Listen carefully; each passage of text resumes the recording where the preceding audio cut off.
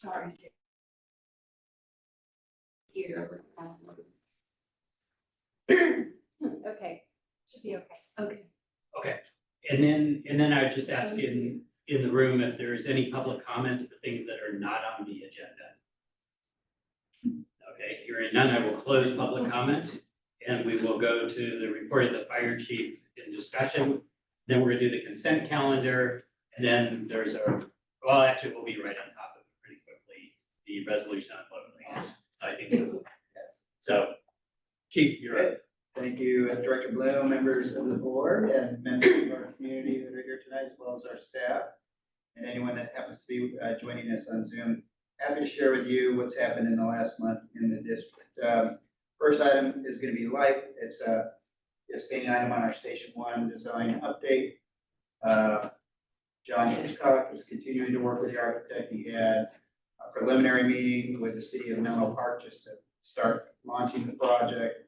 And pretty much the only thing that happened there is all the different pieces got farmed out to the different divisions of the city. So beyond that, it's just moving forward. The architect continues to work on the plans, and I will continue to report back any progress, either to the facilities committee and or to the board. Other items, update or ongoing update with our community engagement unit. Just in the last month, they held a Stop the Bleed training at Menlo College for local athletic trainers. Added one more trained CPR instructor to our group. There's me, and that's me, Heather. And she helped teach her first class on July 6th. That's great. Held our monthly Stop the Bleed and Red Cross Ready classes and participated with Atherton for the EOC exercise, which was great.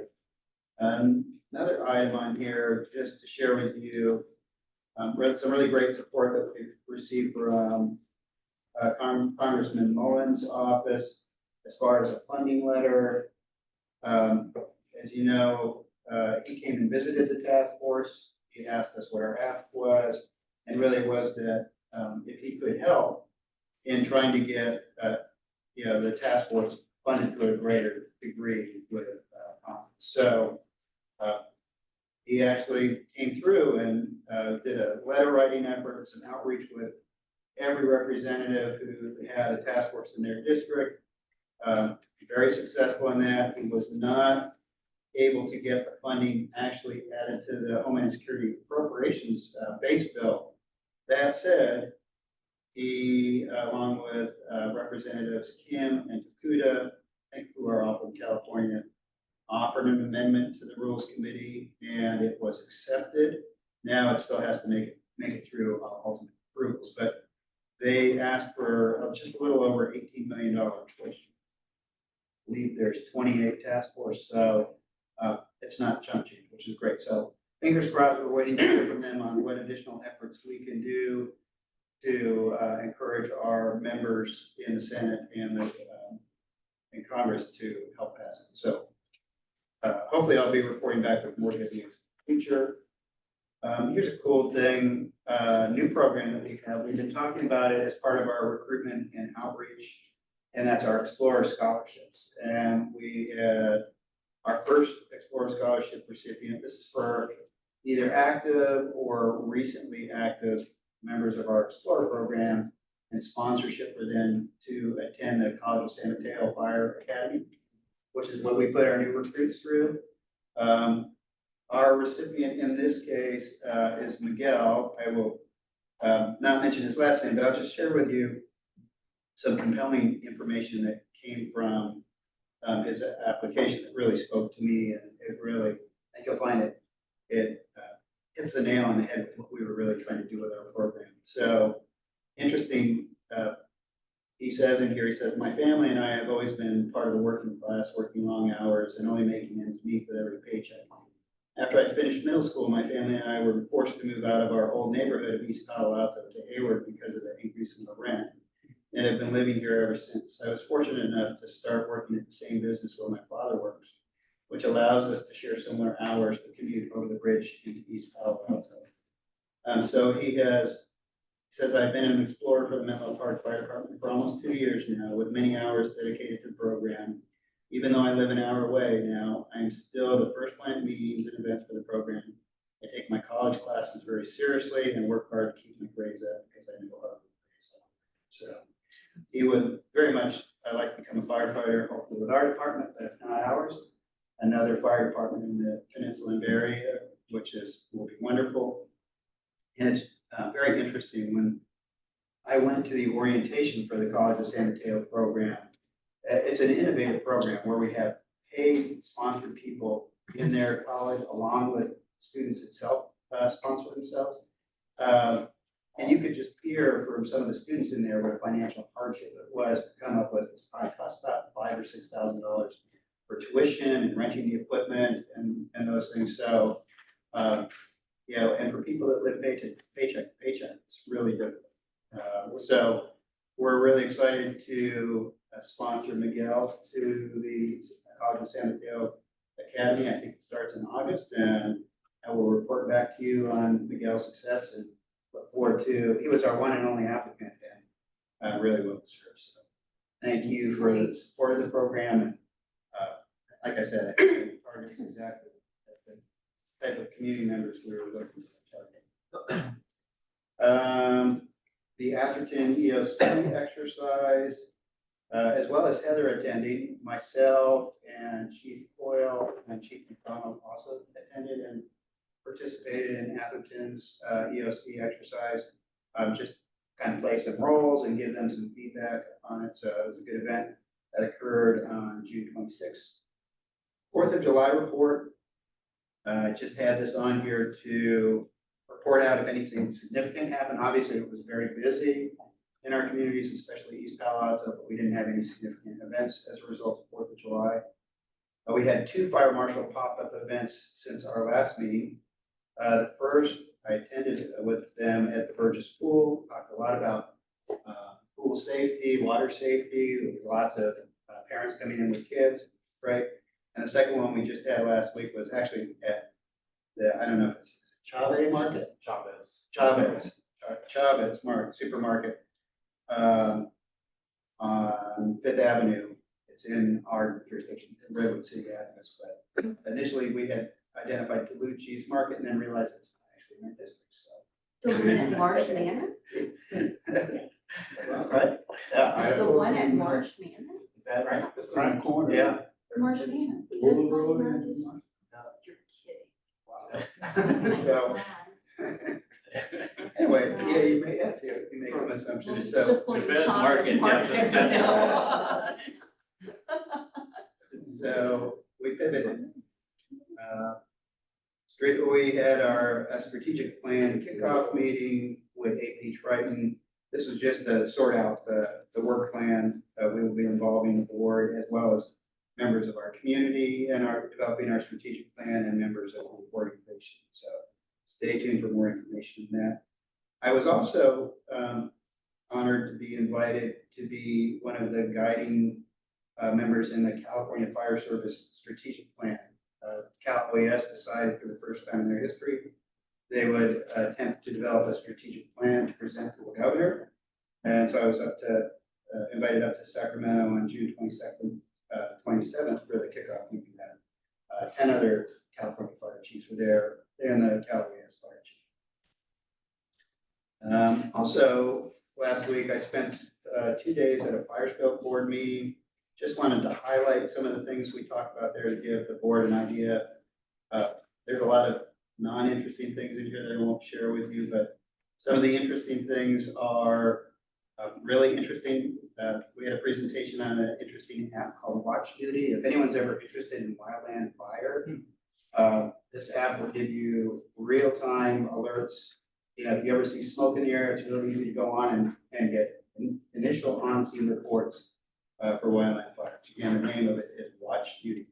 It's a free app. You can also be a member of it. Yeah, it's really Watch Duty. Yeah, if you need some help or clarification, see me afterwards. I'll help you get it set up. There was also a presentation on something called Fire Asset Status Tracker, which is going to allow us. I think we're trying to figure out ways where we can deploy mutual aid resources across the state of California quickly, so we don't have any delays. Yeah, there has been a longstanding history of delays in the ordering system, so that's one of the It's basically like a Google sheet that will allow us California-wide to status our resources that are available for response. Interesting conversation on private fire protection resources. This has been an ongoing discussion California-wise as the fire insurance industry provides resources to protect private homes that they insure. It's always been a challenge for us as a fire response to integrate with private resources, in an emergency setting. But we also realize that, the fire service, the big professional fire service can't do it on their own. So these resources are valuable. And we've always been continuing to figure out ways where we can integrate safely. Talked about night flying of helicopters, which has been very valuable. Also an interesting update, there was a presentation on the challenges with disposal of lithium ion batteries, especially related to Maui. What was interesting is that, waste batteries are prohibited to be transported on air or on ship. And so after the fire, you had storage cells, you had electric vehicles, all these batteries that needed to be disposed of, and yet there was no way you could legally do it. So they came up with creative ways to determine and call them non-batteries, and were able to ship them off. But just really interesting conversation. I don't know. Somehow A battery that became a non-battery. What's the definition of a battery? My guess is that the components that would cause it to burst into flames would probably be figured out so to destroy it. So it wasn't posing a hazard in that respect. So that's just a sampling of some of the conversations we had there. We rotate throughout the state of California, different agency sponsored. I know next quarter is going to be hosted in Campbell by Santa Clara County Fire Department. Outstanding staff reports. Again, this is the one I have on there, is the ISO review. At some point in time, probably in the fall, we'll get back to the board with the staff report on that. I also wanted to share with you just kind of an update on the Clarksville Fire 2700 Middlefield. First of all, everyone's always asking, especially Chief Johnston, who just stepped out, what the cause is. So if the cause is still not yet determined, we don't have a timeline. The challenges with investigating a completely destroyed scene and trying to make sure we have witnesses that can cooperate and everything. We don't have a date on when the cause will be released, but I will make sure the board's aware of that before it's released. And we'll put out a press release when the time comes. In addition to that, we've been doing a lot of community outreach and participation with a number of nonprofit agencies in the Redwood City. I know I personally attended 2 of the outreach meetings over at I don't remember where it is. It's right next to the Bible. It's that community center. Oh, North Roads. Yeah. Yeah. Right, so they had a couple of dinners there, presentations, help from, the construction company who was there, the insurance company, a lot of, there was mental health organizations, really a great thing. And fire was there also for a small one for those that were really impacted, I think, right along the Pacific, and then the whole community. So 2 of those, and I know Chief Ellis and Boyle and Chief Johnson and Carlos was there also, which was very helpful for us as our fire prevention officer that speaks Spanish, which was great for that outreach. So we've been doing a lot of outreach in conjunction with all those groups, just to help them with their claims, make sure reports were filed. Also, Chief Menard's temporary assignment doing the after action review has ended. He's got a report. He's completed the incident report. The final piece of the after action review is we have an in-person meeting with all the players on August 14th, where we actually share timelines in the report, a lot of information, and then start receiving kind of that hot wash or that critique of what could be done better, what were the lessons learned, and will be a public document that we'll share back. So, and then one other thing that occurred after this was published, we just had a second alarm fire on Sunday night in East Palo Alto, 2000 block of Bay Boulevard, Bay Street, Bay Road. There's an auto salvage yard where we suspect it's possible somebody could have been in there trying to remove something and, trying to salvage some of their own stuff that's started. So it grew pretty big and impacted quite a bit of stuff stored on site. With that, that's the end of my fire chief's report. Okay, questions? Check. Chief, I have just a real quick question. I know that the report on the structure fire isn't available and so forth, but do we know at this point whether the pad is salvageable or it's all gonna have to come out? Have we heard yet? I know they are meticulously pulling pieces off so they don't damage any of the superstructure. Yeah, so that, the demo, everything on top is complete. And so now they have structural engineers, they have to do some core samples and stuff, but at the time, they said they were 98% sure they were gonna be able to save it and reuse it, which they're expecting, I think, a 6-month timeline to try to get another structure back up.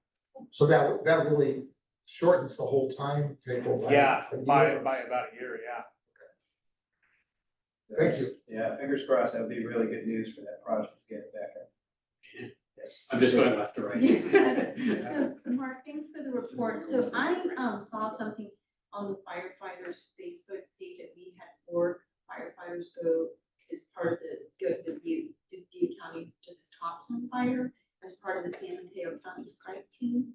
For all the other, do we have any others deployed? Sure, that's a great point. Sorry, it's not on there. I will add that on there. We currently have one engine that's up on I think it's the Shelley fire. Okay. It's up there with a mixed strike team of San Mateo County Resources. And we also have 2 line EMTs or paramedics that are assigned on fires. Also, that's what we have out of Kent right now.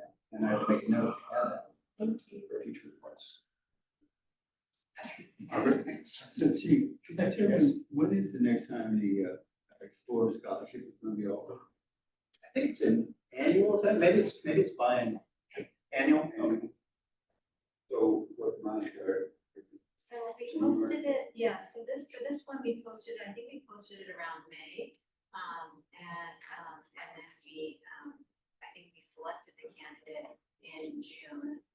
So we tried to time it with the enrollment for the community college. So it probably will post again next year around May. So I actually had a follow-up question on the same topic, which is, I think you said there was only 1 applicant for it. Or will you do something differently next year to try to have a pool of applicants? I'm not sure exactly what our outreach is. I'm sure every So we did- explorer was aware of it. Yeah, we reached out to current explorers as well as ones that had finished the program successfully within, I can't remember how we wrote it in the guide, it was 1 or 2 years. And then of course it's a need based, so we have kind of a criteria, and then we have the one, so we felt like it was pretty successful for the one, but yeah. we'd It's like to have more. awesome I candidate. think what we did for budget is we put in budget to, I think, have up to 4, if, we have that many qualified. Okay, got it. Yeah, I'm not suggesting the candidate wasn't qualified, that we got as much as you'd like to know that the others, there's a list of people interested in the scholarship. So, okay, thank you. Any other questions? Well, Go ahead. follow up to follow up. up. In terms of the criteria, do you have that type of information written up somewhere? Or- Yeah, so I worked with Eric Hernandez on creating a scholarship, the Explorer Scholarship Guide. So I sent that to you to share it with you about what we developed together. It kind of took, we've probably been meeting for probably a good 6 months on this, just collecting the information, the cost, and, determining, what the parameters would look like. So I created a guidance, I can send that to you. I would appreciate it. Yeah. That's okay. Sure. Any other questions from board members? Okay, thank you. That will conclude the chief's report. Thanks for the detailed report. And we will move on to what hopefully will be a quick topic, which is the consent calendar. And do any of the board members wish to remove anything from the consent calendar for discussion? We have a motion to, I'll move to approve the consent calendar. okay, so motion by Director Crawley, second by Director Jones, all in favor? Aye. Any opposed? Okay, so unanimous of the attending directors. And that brings us to our regular agenda item, the first one, which is adopting the resolution declaring loneliness, not the loneliness, a public health crisis. This was based on a letter that I received, actually goes back to February, so it took us a little while to get on the agenda. And it was a letter from Supervisor Canepa, who's here tonight, regarding the loneliness of public health crisis and what San Mateo County Board of Supervisors is doing. And it was asked that we adopt a similar resolution based on the structure of their resolution. And so that's ultimately made it through our process and is now on the agenda. And we do have a couple of community members that want to speak to it, but I thought what I would do is go a little bit off course here and ask if Supervisor Canepa would like to say anything about it first, and then we'll have the community members. I hope you don't mind the. This is the appropriate place, right? Yeah, sure, wherever you'd like to stand, but that's an appropriate place. First of all, I really want to thank the chief. That was a remarkable report, and what was so uplifting is sharing Miguel's sort of story and, giving people an opportunity to prove themselves in the organization really reflects on your work. And I want to thank Virginia just for her leadership. And I think one of the things of the board's leadership, Gary and Chuck and Robert, I think what you did around Maui and giving them a fire truck, it was something this district did, but it was something that my colleagues on the board of supervisors really felt. We really thought that your leadership in that area says a lot about not only the district, but about San Mateo County. So I'm here today to talk about loneliness, and to get to this place, I have to tell you just a little bit. And can you give me 2 minutes? Because I can talk for 10 minutes. Okay. Stop me at 3 minutes. Stop me at 3 minutes. I'll stop you at Stop. 3 minutes. Someone doing a little hand gesture. These elected officials love to talk. But one of the things was, we really looked at Vivek Murthy. He's the Surgeon General, and really tried to look at this for 4 or 5 months. I have to be honest with you. When our staff was researching this, I had a lot of doubts. And the doubts were, how is this evidence-based? And how can it be incorporated in San Mateo County? Now, our county health department conducted a survey, and the survey was 45% of people, the survey was done about, I think in January of last year, or December of last year, 45% of our residents feel alone. Now, when you think about that, we're the third wealthiest country, and the third wealthiest county, and people in our community are feeling alone. Now, who's feeling alone? Well, there are a lot of people that are feeling alone, that 45%, mostly what the data shows, Caucasian males. White males are really suffering the scourge of being lonely. Not to say that others aren't, but where the data shows is that white males in San Mateo County, as well as nationally, are the ones. And you see that relative to suicide rate. So we really wanted to dig in. We partnered, and we're partnering with the University of California, San Francisco. We're partnering with Stanford. We're partnering with nonprofits. And really what this declaration does, it really has the boards, and you're not alone, City of Daly City, the San Mateo Community College, board trustees have adopted it, but really acknowledging that there's an issue. And so the county has taken some steps, as noted in the staff report. This item to your district, the cost by passing this resolution is zero. This is a no cost item. But we've really leaned in with our partners. One of the things that we've done, and we hopefully will be able to expand it to Menlo Park, is what's called Got Wheels.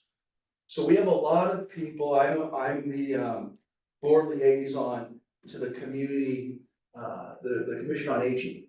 But what we found out is there are people who don't have access to rides. And we're not just talking medical. I sit on the health plan of San Mateo. We can do medical appointments, but we're talking about people who wanna get out of their house. Who wanna get out of their house, and I'll just leave you with this. If you don't think that this is affecting your communities, I'll tell you, 5 or 6 years ago, I had the opportunity to go on a ride along with then Supervisor Horsley. We went to a house in Atherton, and this really stuck with me, it was mind blowing. This house it was a huge house. So I'm like, why are we delivering meals? I went into this house and it struck me to this day. That house, she was just holding on to her house. The house hadn't been remodeled probably since the 1960s. The only asset that she probably had was that house. And she said to us at dawn at the time, I need these meals, but I like the people who deliver it because I'm able to talk to them. And so there are a lot of people that we don't realize they're sheltered and they're alone. And so what Got Wheels does is it's a county investment. I also sit on the Metropolitan Transportation Commission. I'll give you my resume later now. My resume later. But we've also committed from that $300,000. And that allows people, they want to go shopping, they want to get their nails done, if they want to do different things, connectivity. And so I think it's moving rather well. We've made investments as a county previous to this resolution, and we'll continue to make investments. Now Tony is on my staff, chief of staff. He's told me that you would be the first, you guys are always innovators, the first fire protection district to move forward with this. So I think that the resolution's before you, it's balanced, it makes sense. And it's something that I do hope you would support, because having your support really means a lot. We're trying to continue to move this, but to have the cities that you represent would send a very clear message that this is received well throughout the county. So I appreciate your time, and I don't know if you have any questions, but I'm willing to take them. Yes, Chuck. I'm curious, in terms of competition for resources, you say there's no cost to it, and I'm not quibbling or arguing or anything. I mean, I think people are becoming aware that mental health is a huge issue and trying to do something about it. And I'm not quarreling about loneliness, but the question is it general mental health? Is it loneliness? Which is most important, more important in this competition for resources? Is it possible that by voting for this, we would lessen resources going to other mental health issues? This is a very good question. As you know, the county of San Mateo, what we do around mental health, we are sort of the mental health provider, whether it's providing funding to community-based organization, whether it's in the jail, the county jail, whether it's over at our medical center. What I would say to you is this is not about competing for dollars. In fact, it's actually different. Those dollars, which are from the state and federal government, right? They have to be programmed in a certain way. We have the opportunity to really look at other sources of funding, so that don't have, and as we contract, whether it's using Measure K dollars, we've done that before, even before the loneliness. So I think really looking at where the additional funding is, supplemental funding. The Got Wheels, the county provided money, but we also have the Metropolitan Transportation Commission. At the end of the day, the taxpayer has expectations, right? The taxpayer has expectations. But when your Surgeon General says to you, and this is someone who, and I found this out today, if I have a birthday, it's the second time. He was in the Obama administration, and now back with the Biden administration. But when he says that mental health and loneliness is smoking a pack of cigarettes a day, we should all be aware. And so we continue to look at funding sources. We're cognizant of it, but it's just, it's really not a county issue. I think there are other nonprofits that are, they raise funds and they get additional dollars. So I think there's sort of a movement around that. I think, Chuck, what we have to do is continue to work with these academic institutions to educate and really inform on why this is, this is an important topic. And so, I respect the question. It's a fair question. But I don't want you to leave thinking that we're gonna not fund sort of, and I hate to use this word, our core business, if that makes sense. We're not gonna take from, on the spectrum, that, high folks who are high acuity and take those dollars and program them for loneliness. No, those are just separate funding sources through the state and federal government. Okay. Okay,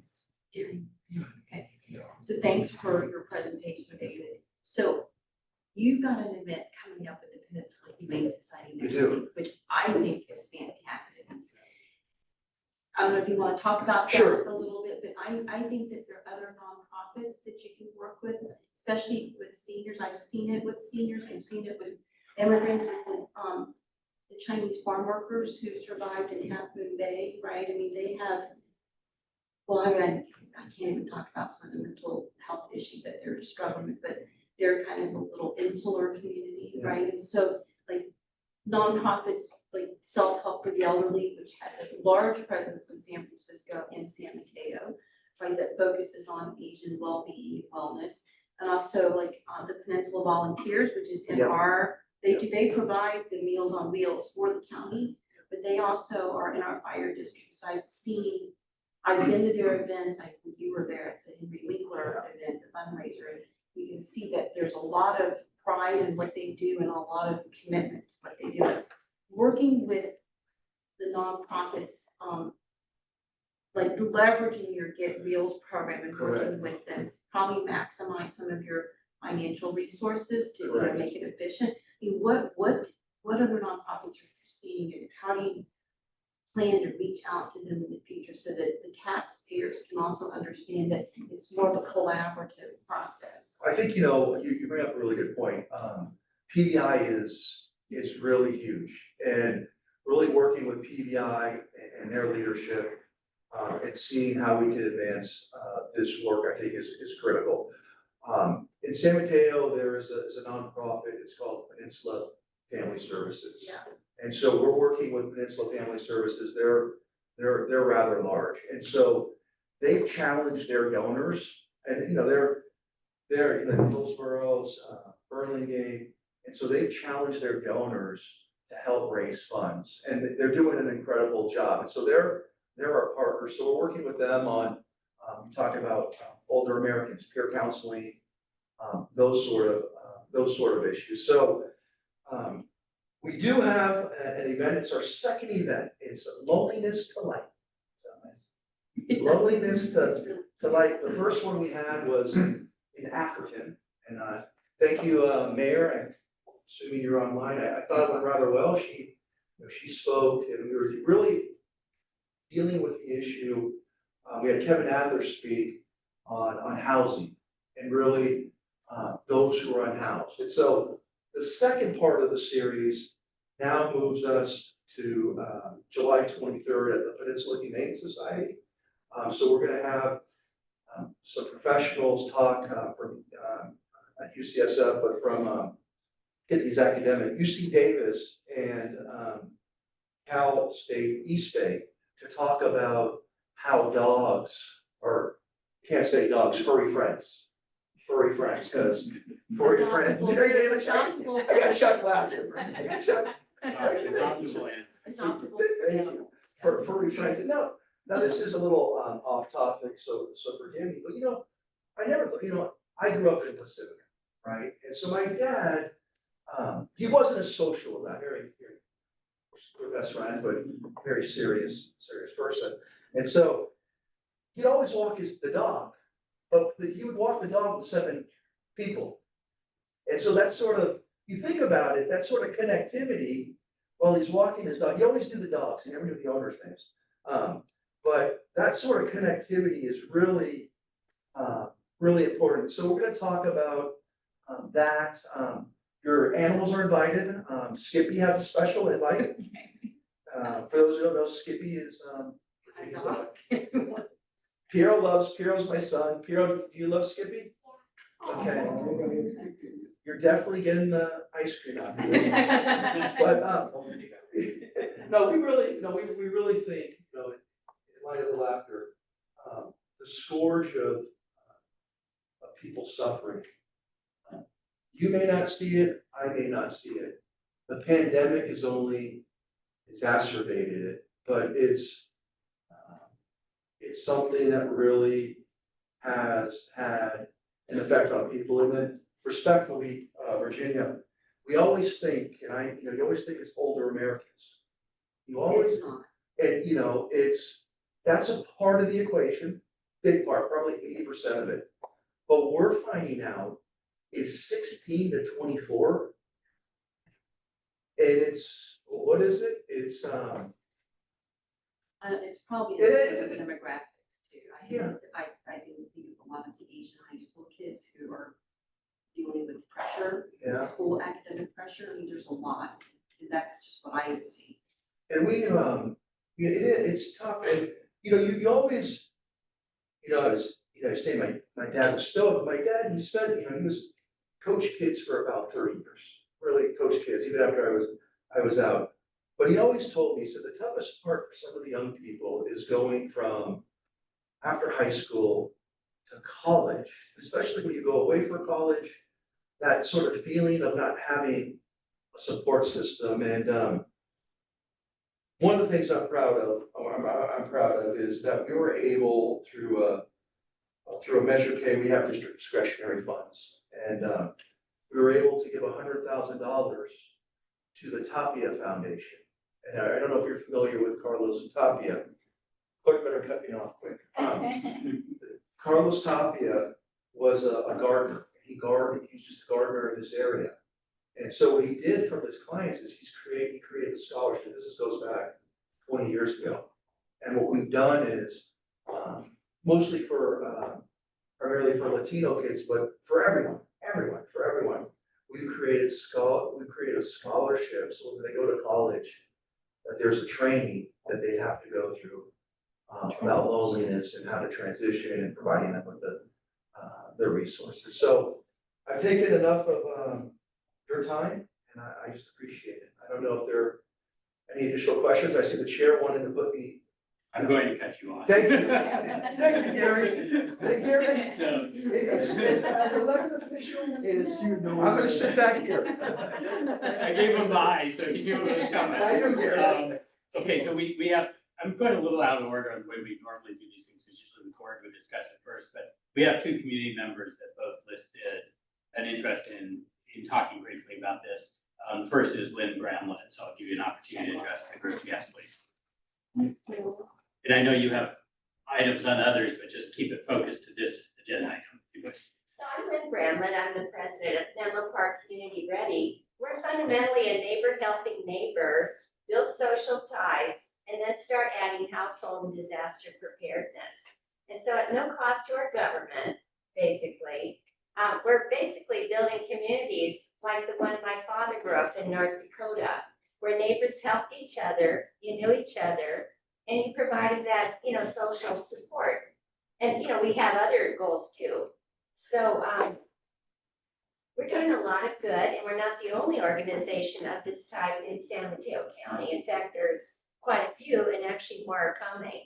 So I am familiar with the research, and there's also other research too, such as factors influencing the mental health consequences of climate change in Canada that's applicable here.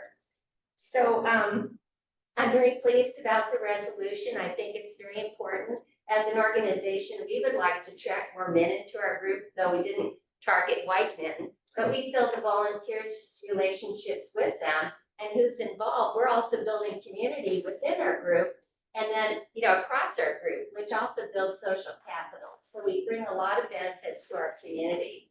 We organizations like MPC Ready, we help strengthen the social infrastructure of our communities by our direct efforts in the way we make connections, because most of us are involved in, clubs, professional associations, etc. So it's that web across the area. We share our research. I'm going to start putting what we're reading in our newsletter.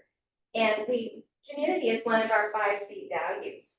So I do also want to stress that block and neighborhood coordinators provide a very important social safety net, and I'll just talk about a few. I don't want to go into too many details, but I have a blind neighbor who obviously isn't driving, and we help him and his mother, and other neighbors help too, and he wouldn't be in his home without that. Because of the neighborhood ties, people feel comfortable checking on neighbors when something isn't right, and that feeling comfortable about checking saved someone's life, who was a former mayor of Menlo Park. Person had a stroke. And then, blocks where there's someone kind of has some mental challenges, I'll put it that way, and if neighbors weren't helping, it would be a, social service or maybe even a conservatorship, if I'm pronouncing it correctly. So we do a lot to reduce the burden on the government while building a lot of very strong social ties. So again, we're not the only group doing this. And I'll just end on this note, most of our volunteers are 55 plus. And like myself, we want to have younger people, but this, they enjoy it, it's meaningful service, they meet other people, it's intellectually interesting. So, it's a win-win to our community, and I appreciate the board having this resolution here tonight. We'd like to think we're part of the solution here, and we're kind of aligned with the goal, so thank you. Thank you. Thank you. Then our other community member is, hopefully I don't butcher her last name, Jenny Michelle. That's right. And she will speak, also a resident of Menlo Park. Thank you very much. I am Jenny Michelle, a longtime D3 resident. These are my personal comments. I support this resolution. I am surprised that staff found no physical impact to the loneliness and isolation epidemic, especially when applying the 6 foundational pillars to our district, such as number 5, deepening our knowledge, and 6, cultivating a culture of connection. How exactly are we supporting the county if we're not investing resources into looking at what is driving the isolation and loneliness? Have you been isolated and lonely? I have. Does your staff and workforce ever feel that way? How about your youth and elders? When? How often? I'm seeing the devastating effects as well. And professionally, I'm a commercial property manager, so that's my scope. Usually when my staff and my workforce come forward with a tort like harassment or a crime purported on them, or speaking their truth, like I have a health condition that impacts my ability to work, or how about those super commuters? Have you had any of those? Have you ever driven the super commute, leaving at 3 a.m. and getting home after dusk? How is your health? Are you seeing a doctor, right? Who within the district is then tracking and monitoring this information? Are we providing this back to the county? I'm just curious how that's going to work. Personally and professionally, I check in with my folks on a regular basis and listen to the hard truths. Oh, you're being extorted by your employer, my contractor. I see because they pay you cash and you're not on payroll, yikes. Oh, you're not earning the $24 an hour I contracted you for. Instead, you're earning $17 an hour and taking food from a food bank to pay for food. But the employer's pocketing the delta. You're chronically harassed at work, a place that you interviewed for months and beat out hundreds of applicants for. I see that a lot.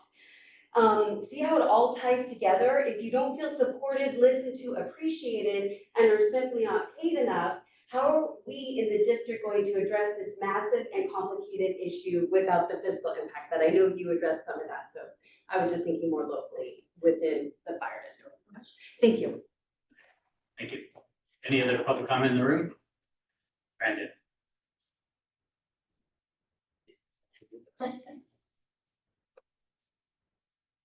I hadn't expected comment tonight, but I was compelled after what I heard. Now, my name's Brandon Vaughn. I'm a commuter into the city of Menlo Park during the day and sometimes during the evenings.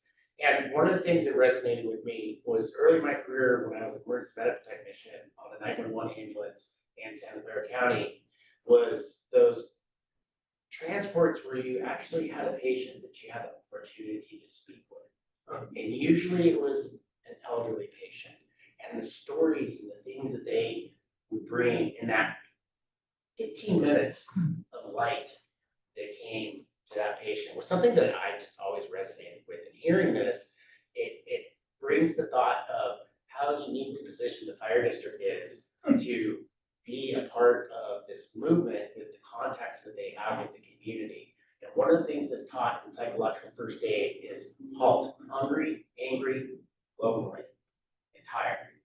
And as a career emergency services professional, I have felt all of those. And I know what it's like to feel alone and have to climb back out. And so I just really appreciate learning about this tonight and just wanted to give my support to it. Thank you. Thank you. So keeping with our normal work process, which we're a little off, before I'm gonna stop it. But I think given the folks we had attending the topic was worthwhile. I'll ask for kind of a motion adopting the resolution, and then we'll have the board discussion on that. I'll move to adopt a resolution declaring loneliness a public health crisis. We have a second. I'll second. Okay, so we have a motion, we have a second. Now we'll open it for dialogue. And Chuck, I'll just do my normal left to right here and start with you if you have any comments as a director.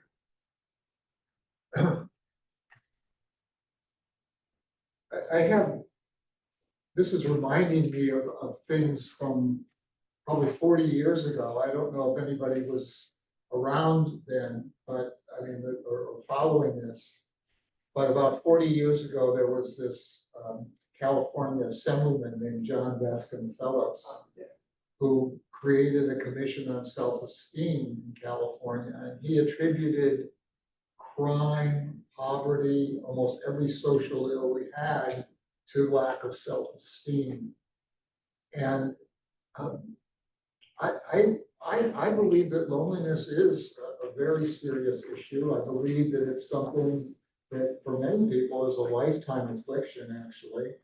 And knowing as somebody in the workforce where I have about 100 people that work for me that I see every single day, but I don't interact with them at some sort, at a human level, really. I interact at another level. And I know it's probably 30 or 40 years away from now, but when I retire, one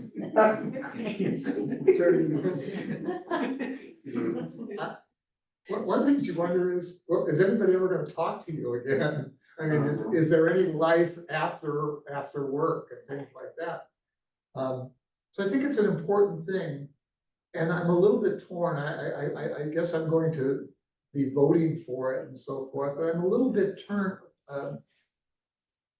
conflicted because I remember the abuse that John Vasconcellos, he actually became a kind of a minor friend of mine, but I remember the abuse he took for proposing this, and we have all these serious issues around us, people without food, people without a place to live, people with serious health conditions and no medical insurance, and the needs for resources are enormous. And you say, oh, I'm lonely, and it sounds so trite to say the words. And yet I think we see it certainly in some of our younger population, the incidence of suicide and so forth among young people is enormous. I work in schools and childcare centers and so forth, and I see it in families. I mean, it's one of the most, having a kid is one of the most alienating processes that a couple can undergo. And so I feel the seriousness of the need, and yet I worry that somebody will look at the fire district as not paying attention to having the ambulance in good shape, or not have the right medication on board or the right training and so forth. As I said, I'm inclined to vote for it, but I think that the selling of the concept is something that's is going to be very difficult. And I think if I went to many of my friends from business school and things like that, and I said, well, you know, this is what the fire district did, they said, what, are you crazy? And so I feel like in voting for it, I will face some odd looks or something, but I still think it's a very serious a devastating issue for some people, not some people, for really probably all people at some level. So anyway, that's a long-winded way of saying, yes, I think it has merit, and I think it's somewhat problematic in terms of how we present it. Virginia? Yes, so, I view loneliness in a very broad way, definition wise. And I kind of, I mean, you brought up a lot of good points, Chuck, but I think Jenny, you brought up some good points in terms of the, workplace situations. We've had firefighters who've committed suicide, and we don't know what's going on in their heads. Right, I mean, I know that, even with, my own kids, if they're working, it's good to have social interaction and they'll have their own thing, but I appreciate the fact that what Lynn is doing and what ADAPT has done and what REPACT is doing, it's beyond, your mission of community preparedness. I mean, it does bring together people to focus on a common cause that I think is very important to people in general and obviously important to our mission in terms of community preparedness. I appreciate, I haven't ridden in an ambulance in a very long time, but I will say this. Our firefighters are really loved in the community, Mark, so thank you for fostering a positive environment. And I think they're very patient when it comes to listening to, constituents, people they take care of, they could be at safe time. And a senior can go there and talk to them, and they'll be very patient about talking to them and listening. And I really appreciate that, because you just don't know what kind of day people are having, right? And I think that, within our community, our fire district, people, kind of depend on and rely on the fact that our firefighters are there, right? I mean, not just for a 911 call, but, like this next door neighbor to Fire Station 4, they reached out to me like, do you think we can go to the fire station, because our 5-year-old kid is really going all over the place, and, he would love to say yes. And so they did, and they loved it, and it gives, it's a win-win for everybody. So, I mean, I agree with you, Chuck, it's a serious problem, but it's a problem that you don't always see. But you see the end result when it's a positive resolution. And so this is just, I guess, declaring it as a public health crisis. I mean, you could take apart the words of what's considered a crisis, but you'll never know. We'll never know until something bad happens, and maybe what we want is to prevent something bad from happening. So I made the motion, so I better be supporting it.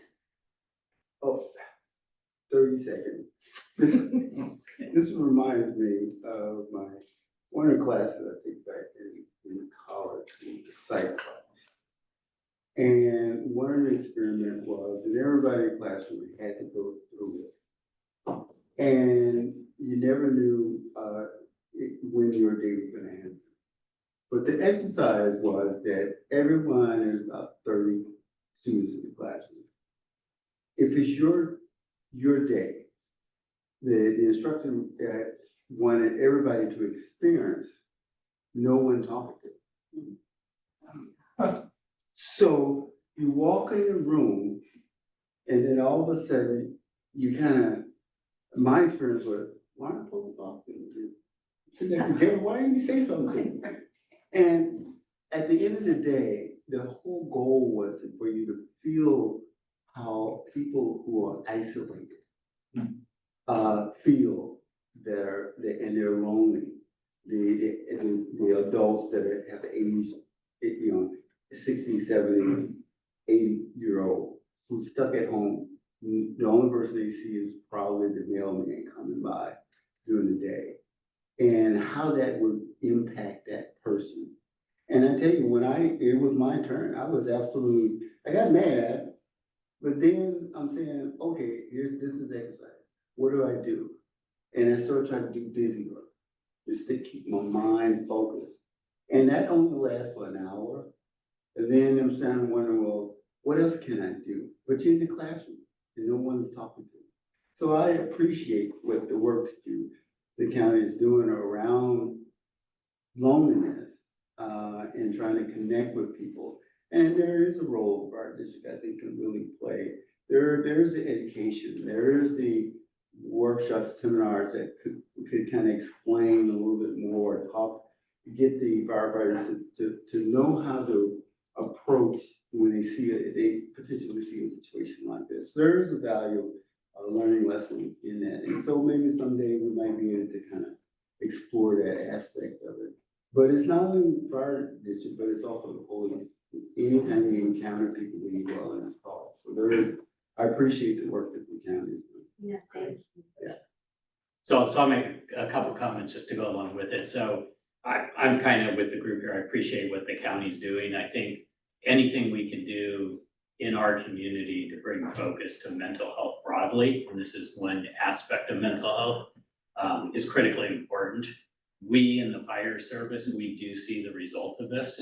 I know our firefighters have been the first responders on many, many suicides, which, is very often the ultimate form of outcome for somebody that's suffering loneliness.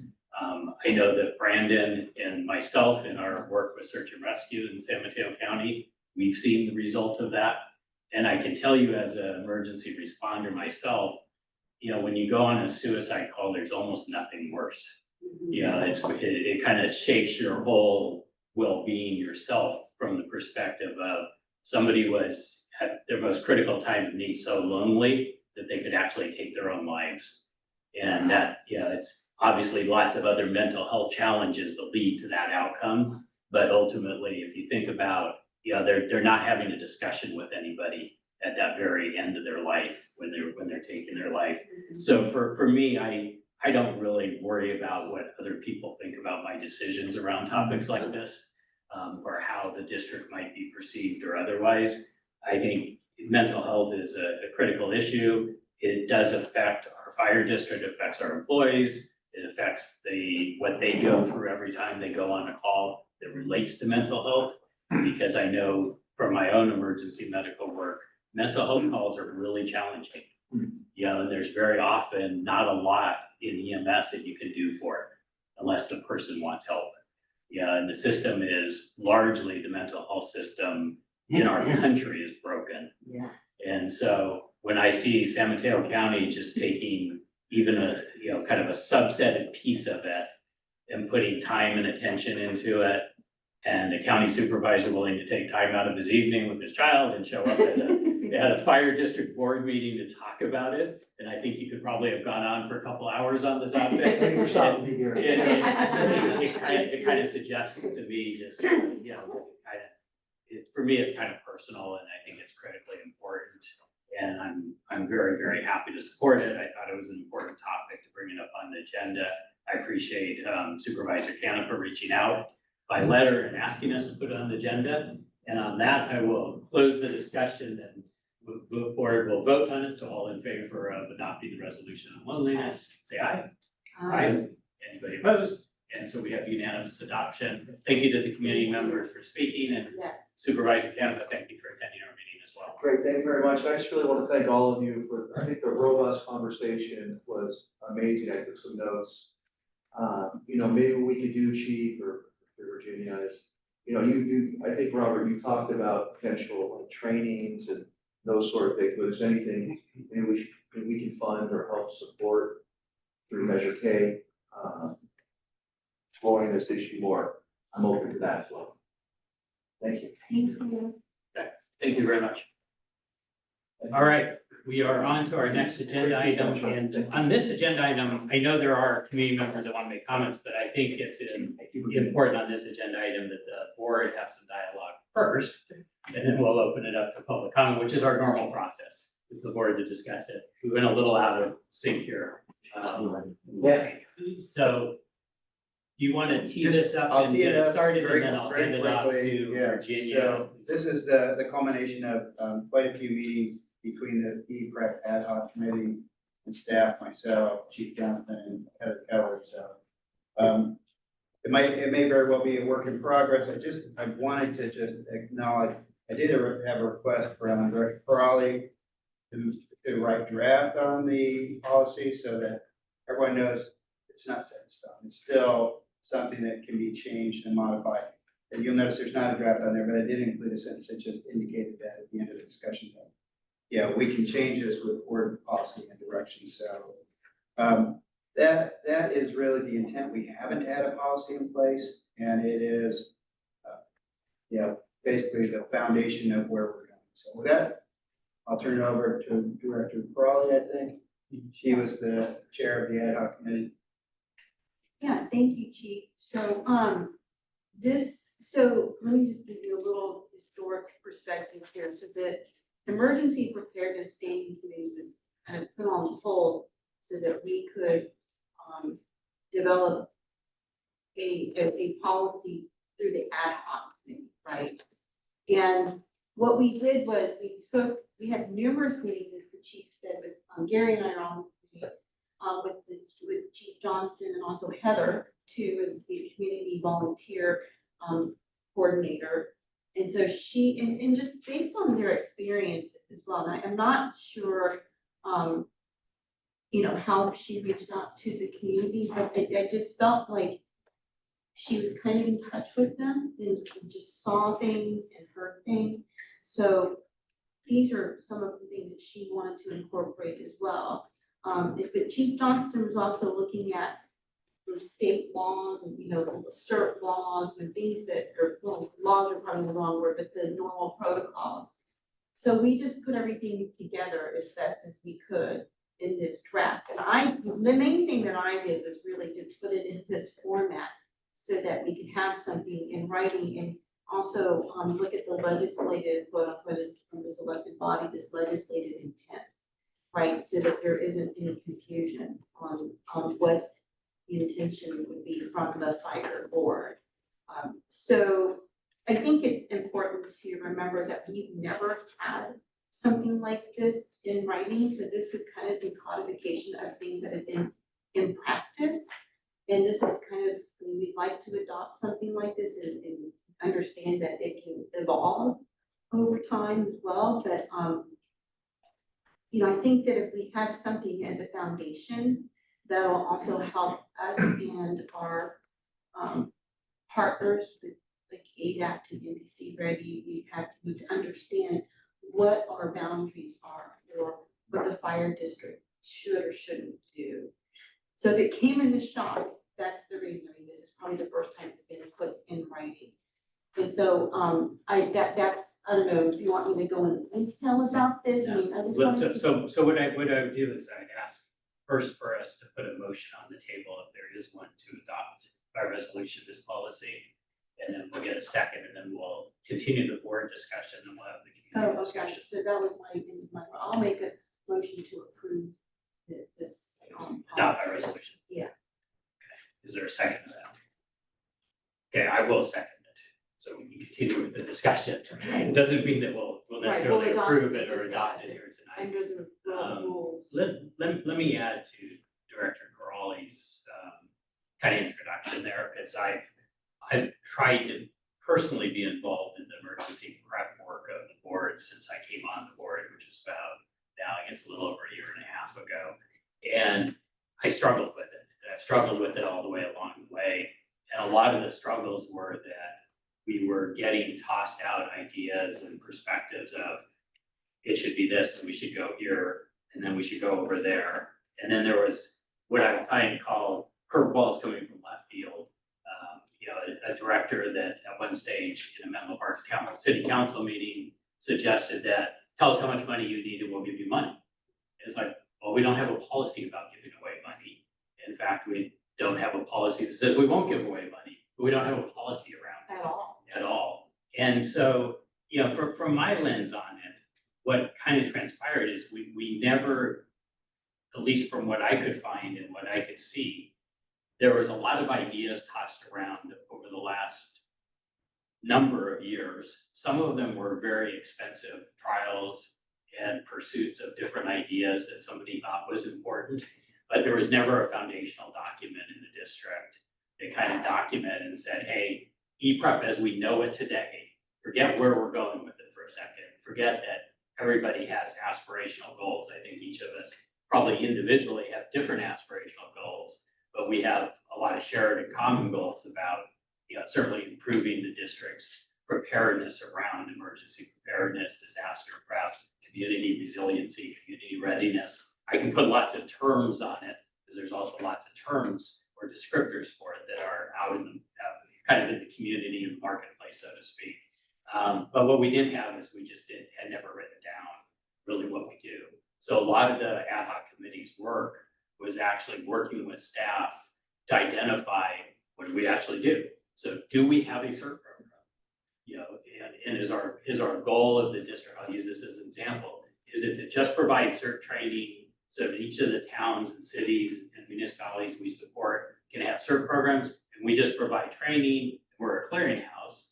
Or are we actually going to have a district CERT team that can be deployed in any part of the district throughout the community to assist CERT programs that have been developed by the individual cities or a portion of San Mateo County?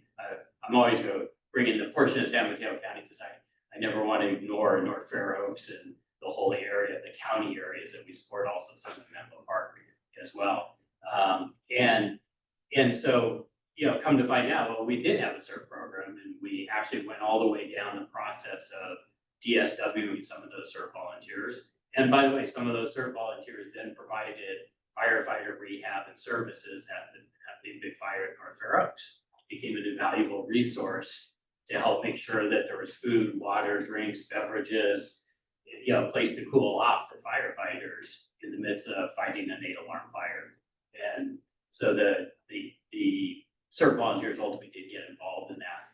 But we didn't, going into this, we didn't even have really a foundational definition of what's the goal, what is our CERT thing about. And it's clearly about, yes, we're gonna have a CERT program. Secondly, we're gonna provide CERT training to the rest of the community as well. And we're not parochial, we don't think of it as, hey, we're the king of the mountain, we own CERT within the fire district. It's a collaborative effort, but without having what the fire district's doing around EPRAP documented, it was just my general feelings, we just didn't have a foundation to even really begin the full community engagement process, engaging with ADAP, engaging with FPC Ready, engaging with new people like Brandon, who were recently hired in Menlo Park to work in this area.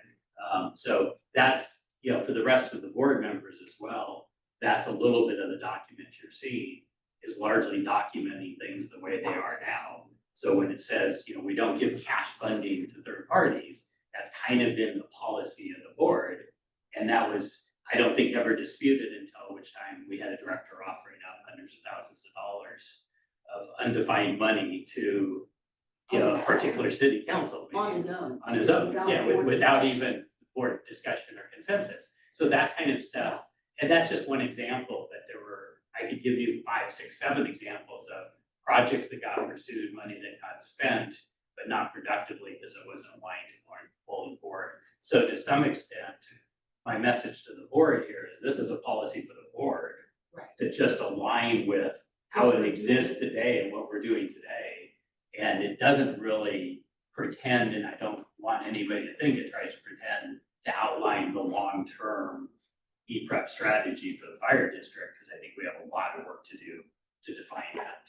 So that's my comments for the board, and then I'll go to Robert. I'm gonna go opposite direction this time. I'll give Robert a chance to talk, and then Virginia, if you want to add anything else after my short little preamble lecture, whatever you want to call it, but I'll let Robert go next. I have just a few comments. I see a lot of yellow on your notes. Yes, overall, I think this document is, the intent is good.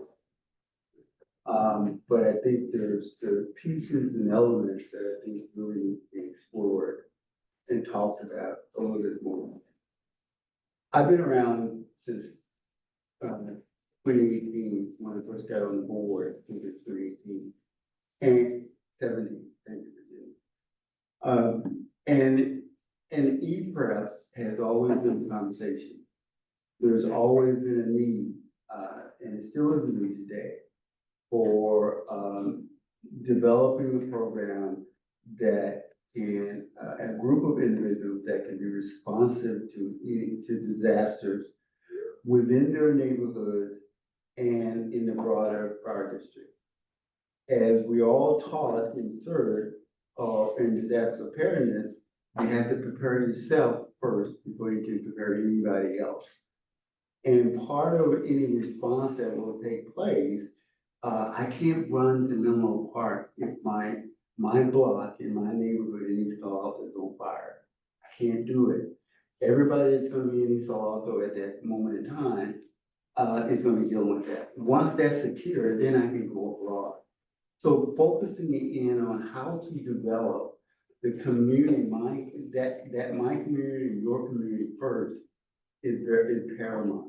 And who is in the best position to be able to help facilitate developing that response because they know the neighborhood. And I think part of what I'm not seeing in this document is that level, a granulated level of interfacing with the individuals in that community to begin to kind of assess what is it, how your community, because every community is unique in its own way. Each neighborhood is going to be unique. So taking those uniqueness and being reflected in some document that gives support to the individuals in the community. One of the things that kind of struck me, and it had to do, I asked myself the question, what is the existing policy? On page 73, it talked about, the third paragraph, it talked about this policy is developed based on the following existing policy: community expectation, state, county, city, and town requirement, and partnership community group. I haven't seen those documents. I mean, if there are policies out there, I haven't seen it. So I'm just, and I assume that based on that knowledge, the rest of this document was created around that. Another broader portion to talk about that I wanted to understand, I get it that on page 74, item number on the summary, number C, about the fire district funding for community groups and community organizations. The district will not provide direct cash funding on an ad hoc or informal basis in community groups and organizations that are not managed by the fire district. And that led me to a kind of understanding, maybe I might have missed it somewhere in my years of experience in working in community groups, that, and working with funders, that funders give money based upon clear and defined objectives that are either met or not met. If they're met, the fund is happy, you met the objectives, you move on, they give you some more money for other objectives that you might want to try to go after. If it's not met, they're going to know why, and you should know why too. And then if you can't justify that, then that's the end. You don't get any more money to try to accomplish that. So utilizing that concept and understanding, when that statement is made, then I ask the person, well, how did that statement, how did that statement come about? And I have some other questions, but it's around this whole, trying to get an understanding by managing the community organizations by objectives and basing the funding source, funding of that organization on those objectives, whether they meet them or not. You know, if they don't meet them, clearly you don't want to put money after that. But I think have the blanket statement, we will not provide direct cash funding to an ad hoc, informal base on the basis of community groups and organizations that are not managed by the fire district. The definition of a community group or community organization is one that has been formally or informally established, independent of the fire district, but within the fire district jurisdiction, and one that the fire district recognized as supporting community emergency preparedness. I think there are 3 groups that I know, maybe 4, that are in the communities working on certain activities around developing the community. And each community have their own plan. I know they just mentioned that they've been working on a plan based on their community. I mean, and this is part of the reason why I'm gonna have to abstain from voting, because I'm conflicted. I'm a board member, but I'm also running REPAC. And so that kind of puts me in a very odd position. But I'm free to say what I need to say, so that you understand that maybe, it may only apply to us, but it may, I think some of the other groups may be facing the same situation where, in order to develop a community-based group, either the volunteers have to come out of their pocket, like I have, and I'm sure Lee have, and everybody else, to do certain things that's beneficial for developing their disaster preparedness program. And then we will continue to do it because we see that there's a need. If you ask for objectives, we have complete, I can give you a laundry list. It's our objective. And I think the district the board needs to look at certain kinds of, not to dismiss the way of funding, but look at how can we institute an objective-based evaluation system that can help the nonprofits, help the groups, meet their goals. And those are clear objectives that the district can sign off on. That say, your goal during a disaster is go around and try to identify where all the seniors, disabled, or lone folks may live, because they are more vulnerable than anybody else that got 2 legs and run. I mean, are dashing 9 for 5 seconds. They are less likely to move quickly. So how do we develop that program that identifies those groups? And that's a perfect role for CERT groups, the individuals working in CERT or calling CERT who didn't prepare for disaster to do during an emergency. So I have some others, and I'm not gonna take more time to go through here. Can I ask you a follow-up question to a couple of the things you said? So when you talked about, kind of the big hoop of who it applies to, do you have a, kind of point of view on that? And related to that kind of comes to the, kind of who the policy is addressing. Is it addressing the board and what the board has established as with staff as to what we're currently doing? So in particular on the funding question, I think what the funding comment there is in response to. But has the board, from your perspective and your history with the board, has the board ever funded third-party groups for EPRA? And I'm gonna preference it, first of all, since I've been on board, they funded the radio communication group to supply and bring in a lot of communication equipment, trucks and stuff like that. They funded that aspect of it. But that was, again, that question is underlying managed by the district. Mm-hmm. And so I understand that sometimes there may be a little apprehension for someone that's in another community-based group that you can't manage, perceives you can't manage because they're not under your total control. Yeah. The reason I ask, No, that's a question. No, the reason I asked the question is because I'm coming back to the foundation, what we're trying to do, which is document what we're doing today. And if the district has not been funding third parties, I don't disagree that there should be, with defined objectives, goals, application processes, there should be models under which, in certain circumstances, we're not having to manage everything that's being done, but we're funding community groups that are gonna go do things that support the mission of the fire district. And let the community groups be community-led, let them go community lead it, let us help with the funding around those things with the clear objectives that you mentioned. But what we're trying to document is sitting here today, the board has not had a policy under which we're running around giving away money and going to city council meetings and offering up untold sums of money to a city council. Tell us how much you need and we'll give it to you. That's not what my focus is. I would not support that. Right. That aspect of it. But and it never, I have never seen we have never developed a policy, to offer up to community-based organizational groups based on some objective that they, or say that they can complete. Yeah, because I didn't find it. No, there So- isn't, we haven't done, that's been an argument for the last, several years since I've been on the board, is creating a policy. Now, I'm not throwing the baby out with the bathwater, don't get me wrong here, with this document.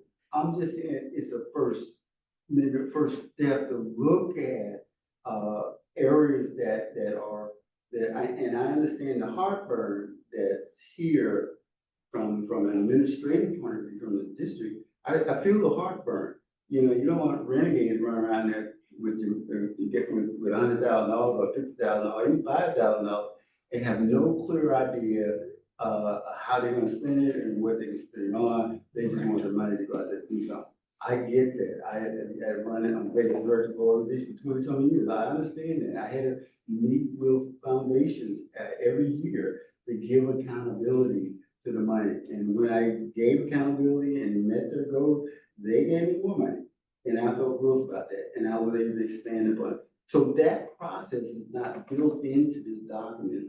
I'm not saying wouldn't get there, but the flexibility and understanding of how to create that kind of document is gonna be important. Because right now, we just at the front door. We have not on the door yet. We just at the front door, saying, hey, here where we are. And I'm saying flexibility in order to make this thing work, what I think, I'm just speaking for myself now. Yeah. Organization will feel good about to know that there's an agency that fire district is there to help you back to be able to get going on its own and complete the objective that the district has and what we have to develop that community. And I think we're on our way, but just as a blanket, and say I could prove part of what I see here, but this is just a first step. Great, yeah.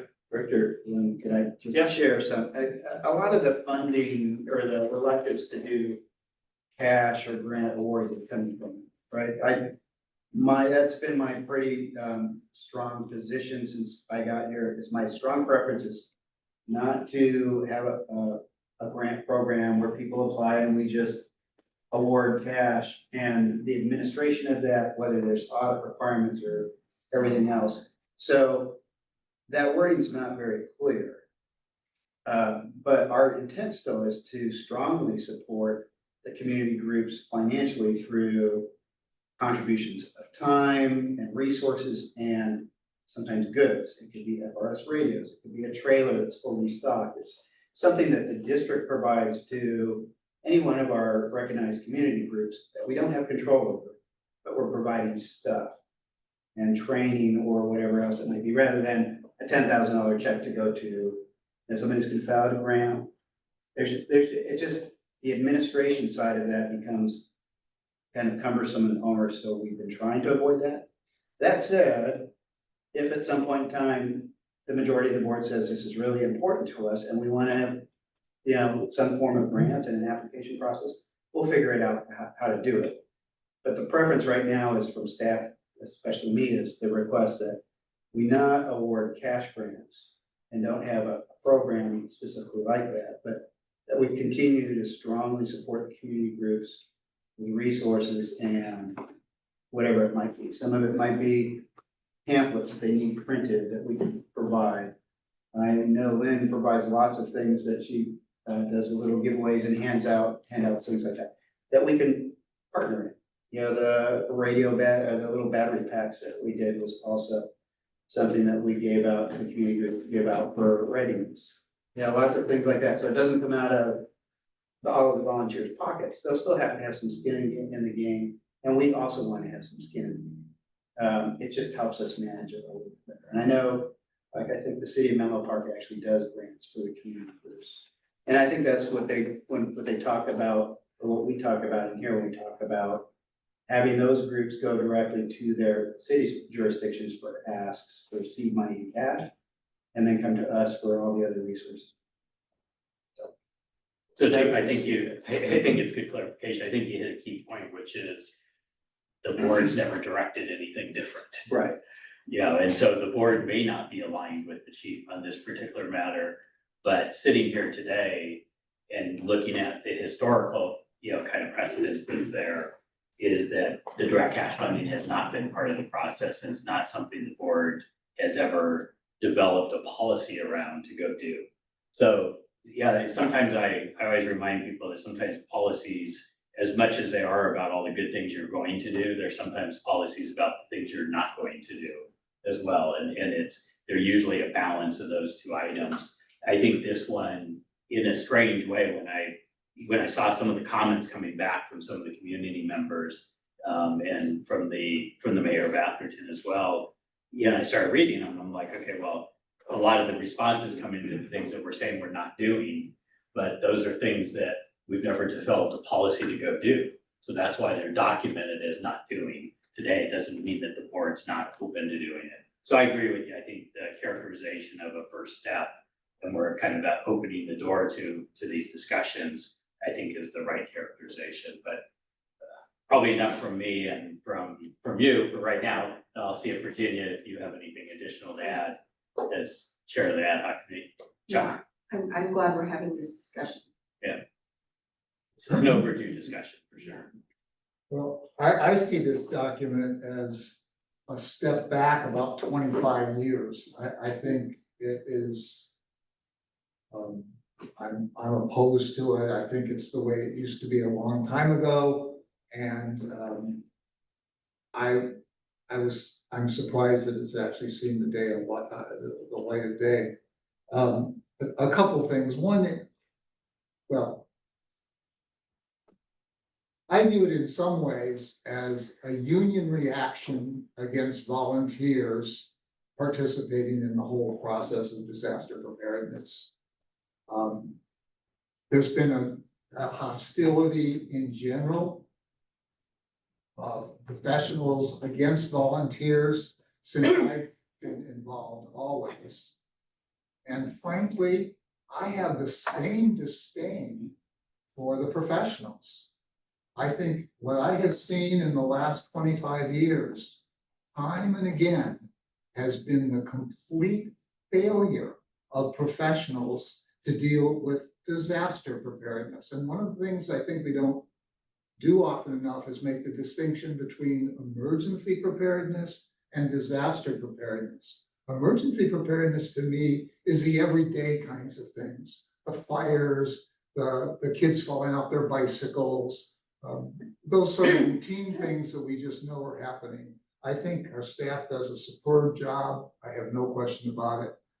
But you go to any community, you go all the way across the country, you go anywhere in California, the emergency providers almost never can respond appropriately to a disaster. They don't alert people, the announcements don't go out, people don't think they're responsible, so they're afraid to send out an announcement. We saw it in the flood in San Jose a couple of years ago where people got no warning. We saw it, I even saw it in Menlo Park where they had the fire truck right on Chaucer Street, parked right where the river was coming, San Francisco Creek, and the fire district is parked in the rising water. I mean, they don't have the training, it's just not part of what they do. And I think they are worthless. Plus, we're talking about 30 people in the entire fire district are on duty, 30 people. And if it happens to be a weekend, the leadership is entirely somewhere else. They're not around here. So we're talking about nobody here leading the charge in that. And just every jurisdiction we've seen, every kind of emergency, it was always the volunteers that did it. You saw it in Oakland when the freeway collapsed. It was people bringing out their little backyard ladders that saved people. It wasn't the professionals. They weren't there at all. They couldn't get their fire engines out of the firehouses. Every emergency, it's been the volunteers that have done something. And I think maybe the professionals know they're just not able to respond to that because we're talking about two different missions. The mission for volunteers is that immediate reaction right after something happens. I'm talking about within minutes, within seconds, where people just go into action, and it's why this idea, even of this DSW, it's a worthless concept. What happens is you've got to get approval, somebody's got to sign something that says, oh, you're authorized, and meanwhile, a day's gone by. That's fine for picking up the dead bodies, but it's not fine for saving people.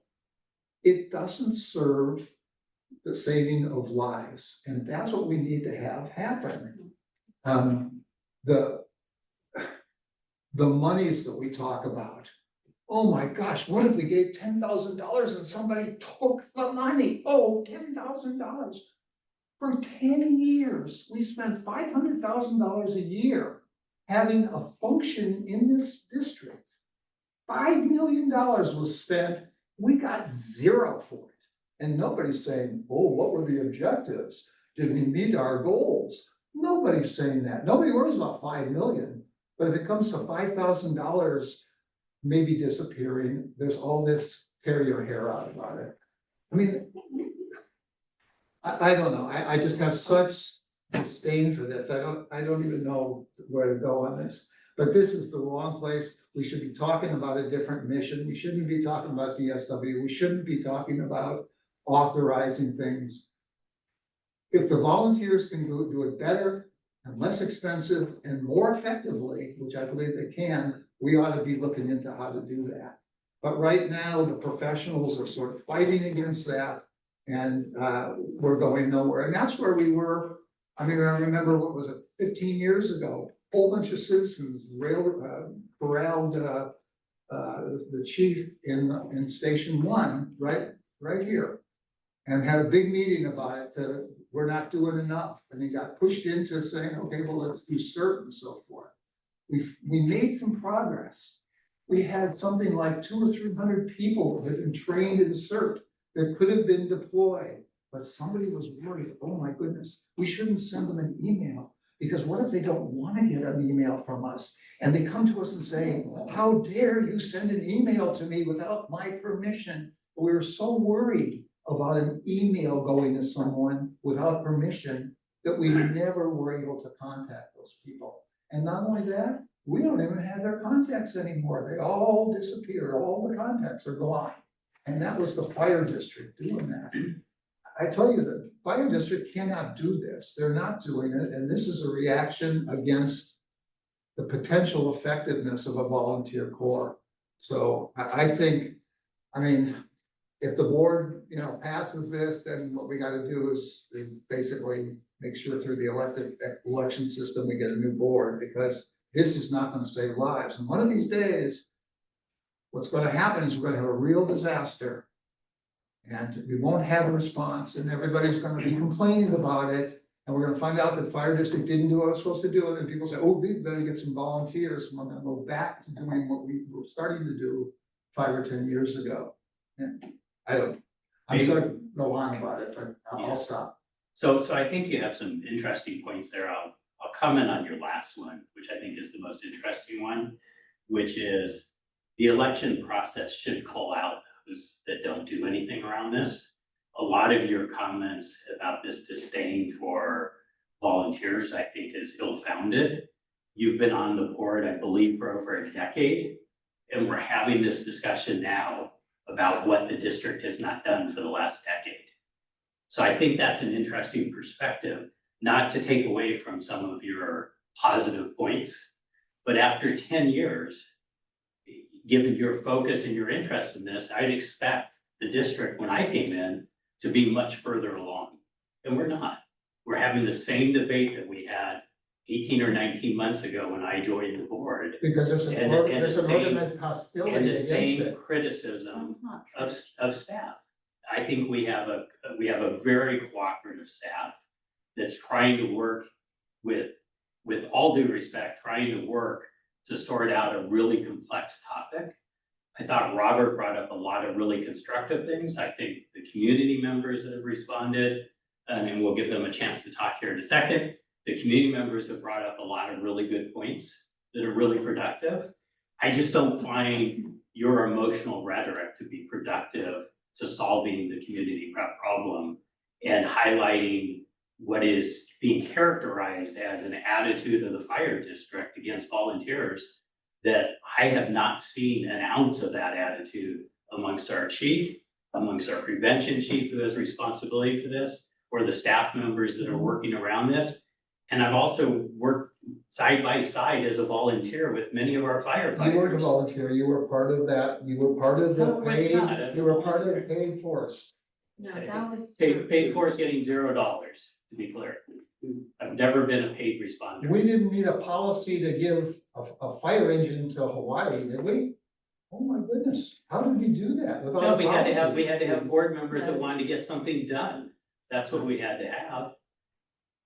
Robert, go ahead. Sure, this document that I think is beyond 60%, has a 6% value to it. I think there's 40% left over that work needs to be done, and it's not just a pet peeve of mine, but I think it can benefit all the organizations. So it's a good start from where we were. And I think I applaud staff for, putting pen and paper to get to this point. But recognize that it's just not, for Limiter, it's just not complete. It's still got a couple of things in there that really need to be looked at a little bit. Only, and I appreciate the chief who testified over there that it was your idea. But it's not only your idea, Chief Earl was in the same position because there was not a policy. So I don't think it's just you. Chief Earl has the same position. And staff was trying to work on it, but they never got to the point to try to accommodate where the community groups were, where I am as one of the quote community leaders, and these fellows also around this, would like for the district to be for a period of time. Because to me, it's not a temporary thing. It's about until we get our 501c3, then we'll be able to branch out and get grants from other places based upon that. But as a struggling group, that a wannabe group, we're not there yet. So, I just want to- So- Something to say. Go ahead, I want to give the Okay, community sorry. members a chance to speak. No, I appreciate a lot of this. You're seeing the sausage being made, so. Well, you know what, and quite Make frankly, hers. it's their right to see the sausage being made, that's how I look at it. And so, part of the sausage, part of the making of the sausage is hyperbole, which I don't appreciate, because this is a very serious topic. And this document, it's not perfect, we know that, but it's better than having nothing. So at least we have something. So I appreciate the input that you've given, but Chuck, I gotta tell you, I have to agree with Gary. We've been going back and forth on this, and it's gotten nowhere. I agree with you that that meeting at Station 1, yielded some very helpful things. But to sit there and say that this is an electoral process issue too is really hyperbolic at this point, and doesn't really account for the work that's actually being done. And instead of going around and round and round in a circle with getting nothing done, at least this is something. And it's not set in stone, as the chief said. I was the one who asked the chief to put the word draft at the top of the attachment. And, he reminded me that, yeah, logically speaking, or can we really vote on a draft and blah, blah, blah. I mean, yeah, maybe we can, because this is the foundation of the statute, or maybe we don't vote on it. But the hyperbole, and I think the mischaracterization of the professionals not wanting to help, I think is just, it's wrong. So here's what I would like to suggest. I would like to suggest that after we hear public comment, which I think was very, very valuable, so thanks for your emails, and I enjoyed reading it. And I think that what we need to do is just go back to the drawing table and incorporate some of the suggestions, and then bring another draft. The grant part has been a heartache for a lot of chiefs and just in general, right? So really, in terms of a policy around funding mechanisms or not, or funding for in-kind kind of resources, we have to talk about that as a board. I think that is the big elephant in the room, is this money piece, right? It's one. No, but well, it is, but it's a big. No, that ain't me too. Yeah, but So, this, so Virginia, so I'll take, I mean, You go we withdraw had your a discussion, I'm motion. gonna withdraw my motion. And so let's, listen to public comment and let's have, so this is actually, I think, a very good situation, because we're gonna get input, we've gotten input in a bigger group, not within this committee that's not functioning, in my opinion.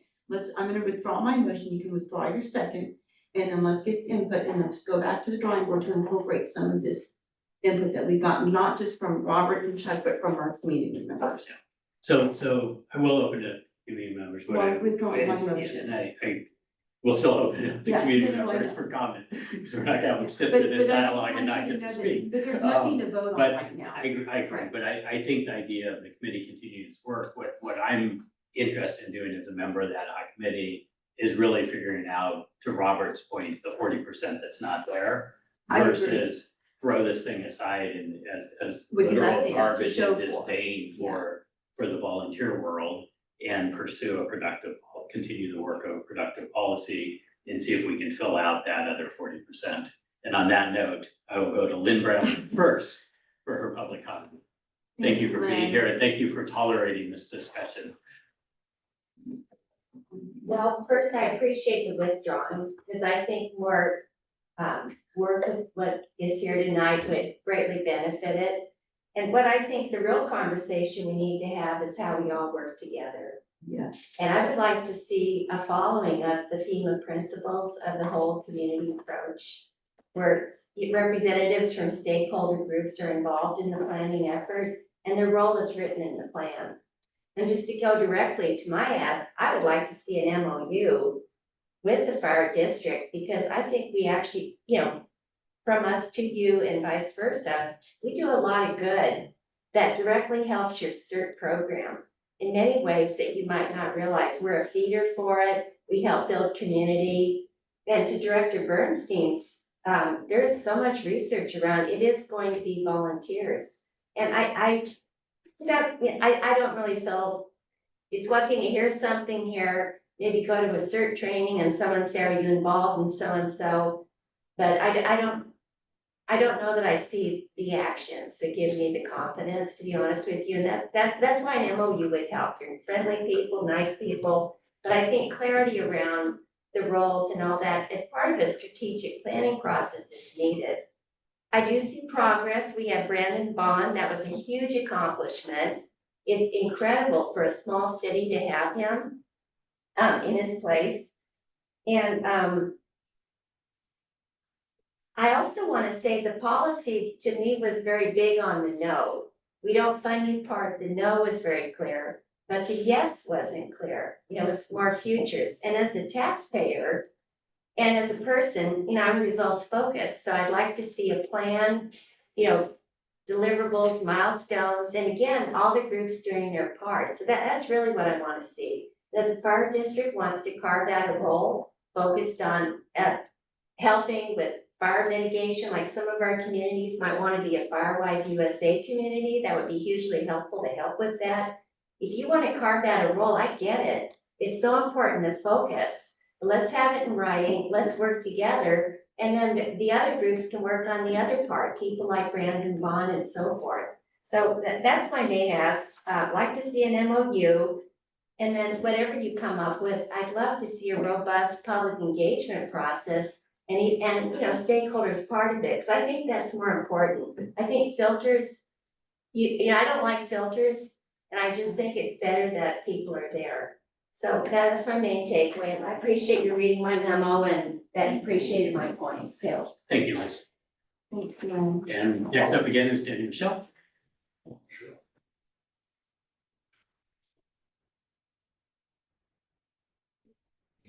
I'm Jenny Michelle again, a longtime D3 resident.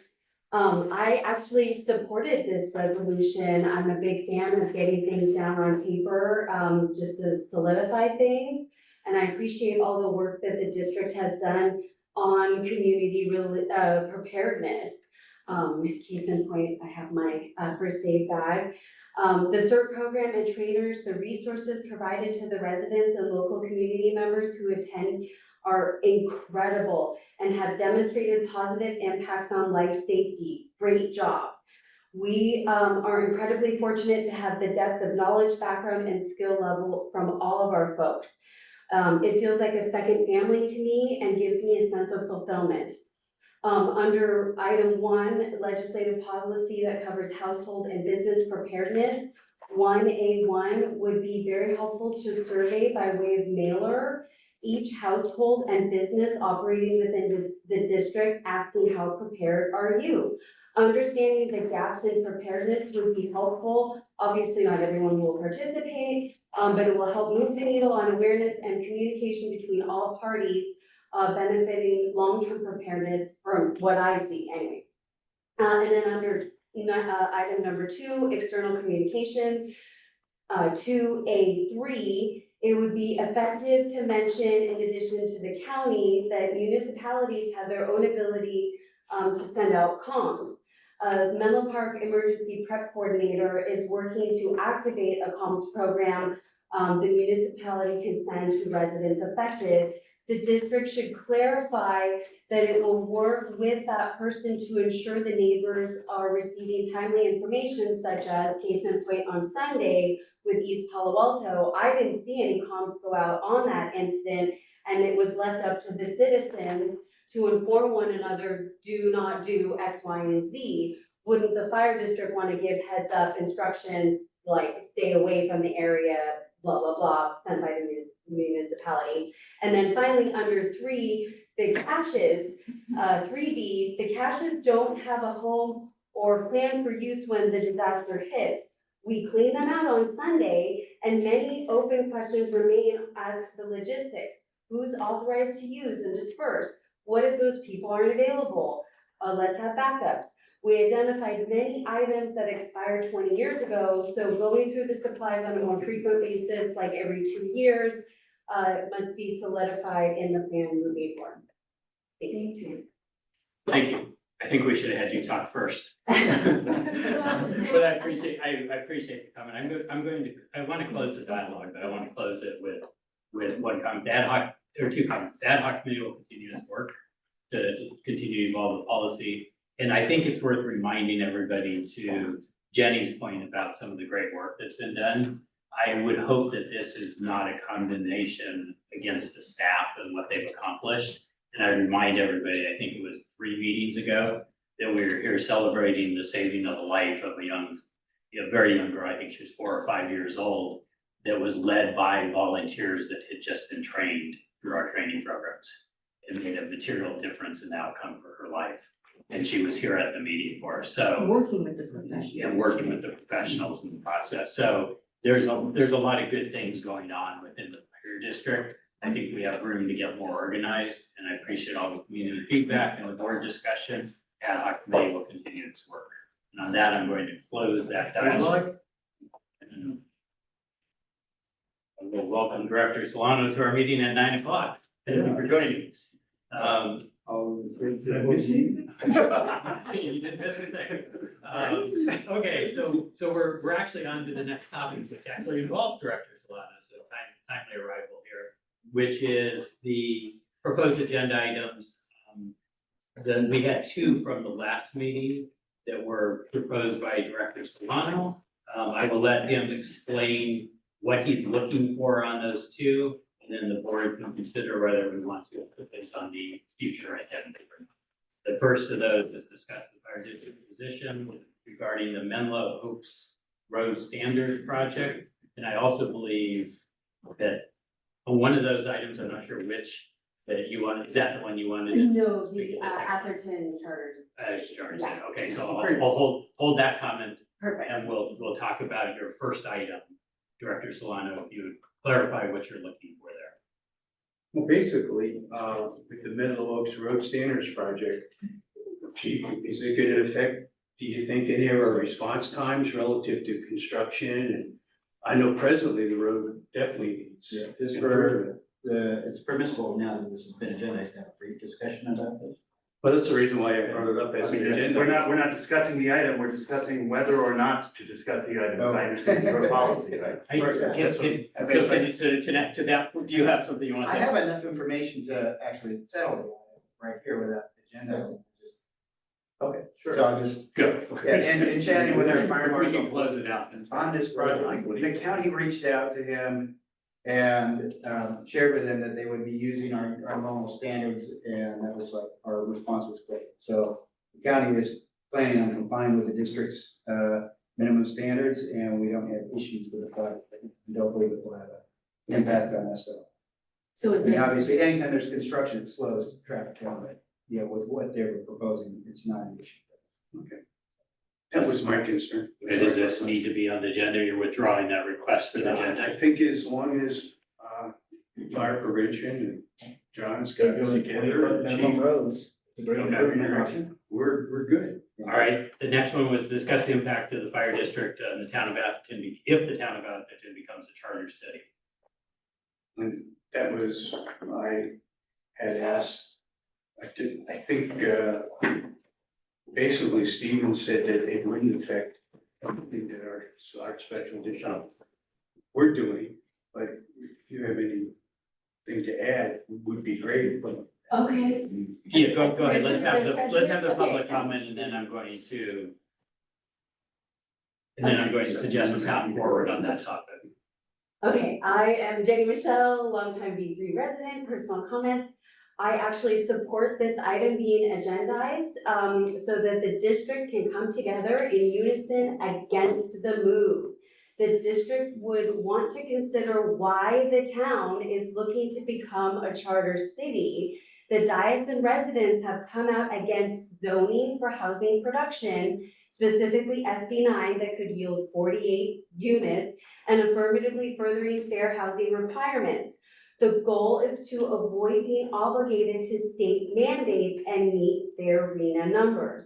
We all understand that first responders, fire techs who repair fire panels, 911 dispatchers, fire monitoring techs and EMTs would not live directly in Atherton, but we know that adding additional supply in Atherton would help open up units within Menlo that our workers could afford.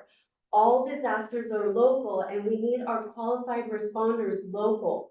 Inside of a crisis, it's incumbent upon each resident and jurisdiction to do their civic duty to pull their weight. Atherton is not being a solid neighbor in this instance. The mindset exhibited is particularly troublesome from my perspective.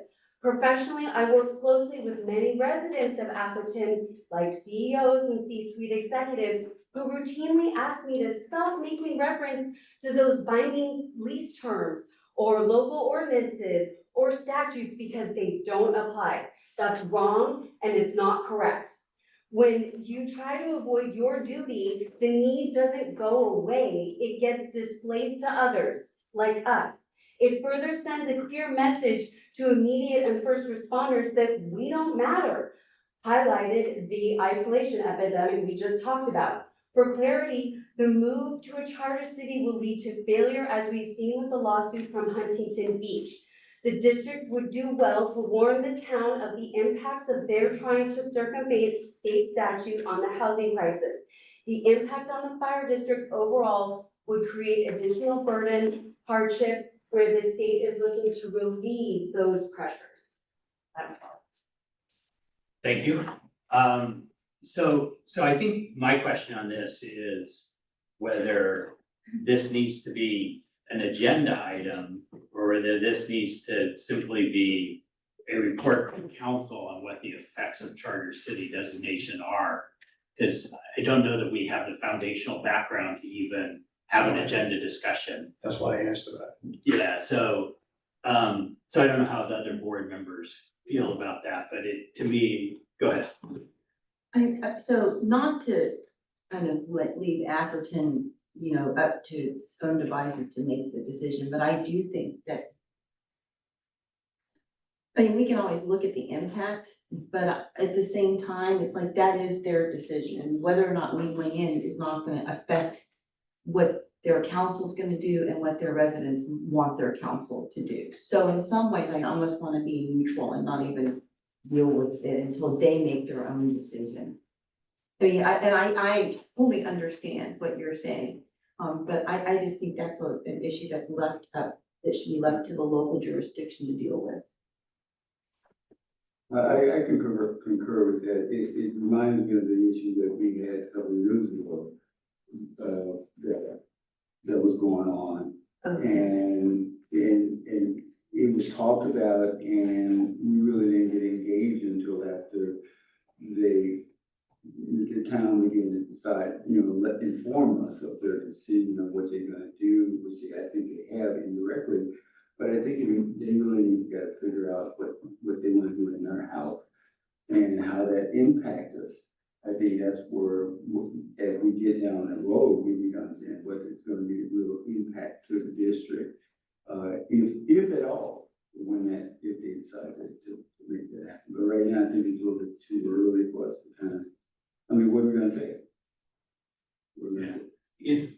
Is this something, Steve, just like question that you could address in a report to the board that just kind of talks about what a charter city is and does, and then secondarily, what the potential areas of impact would be to the fire district? The short answer is yes. Those impacts would be of a legal nature, obviously. I'm not sure I would get into how it would No, impact yeah, the residents of right. the, response I'm talking about time the would be legal, yeah. different, but the answer is for sure, yes, I think. Okay. Do we need a motion? I don't know that we need a motion. Just Chuck. Yeah, Chuck, do you have any perspective on it? And I was gonna ask the same question you just asked. Yeah. I mean, I don't think unless there's a strong motivation by the board to have this as an agenda topic, what I would recommend we do is for the time being, and we can keep this on the list for the future, is let's get a staff report and then decide at that point whether we should have an agenda item. So just a clarifying question.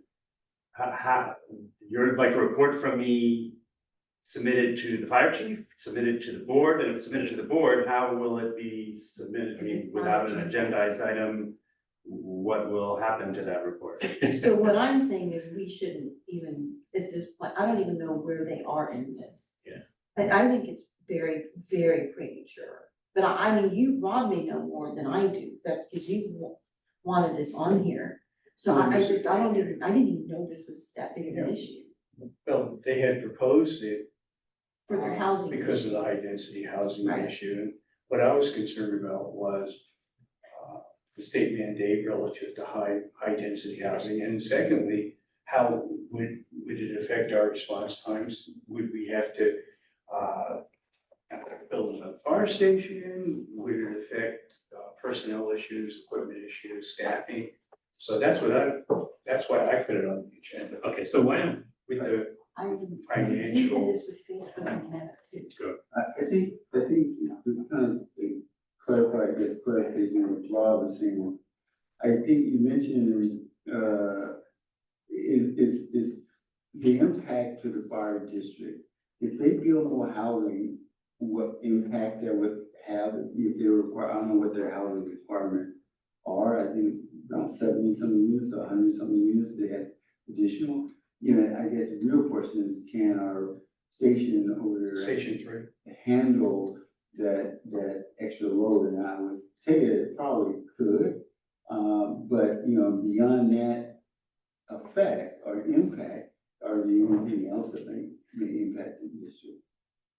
Director Bloom, after Can I just? Director Crowley, if I can ask, I was Okay. gonna say too. So if it's an impact issue, right?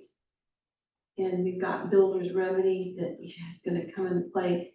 I'm not even sure it's an isolated situation with Atherton. I mean, maybe the issue is how does like the builder's remedy exception, I'm just making that up because I know that big building is looming over us on Willow and Middlefield at some point.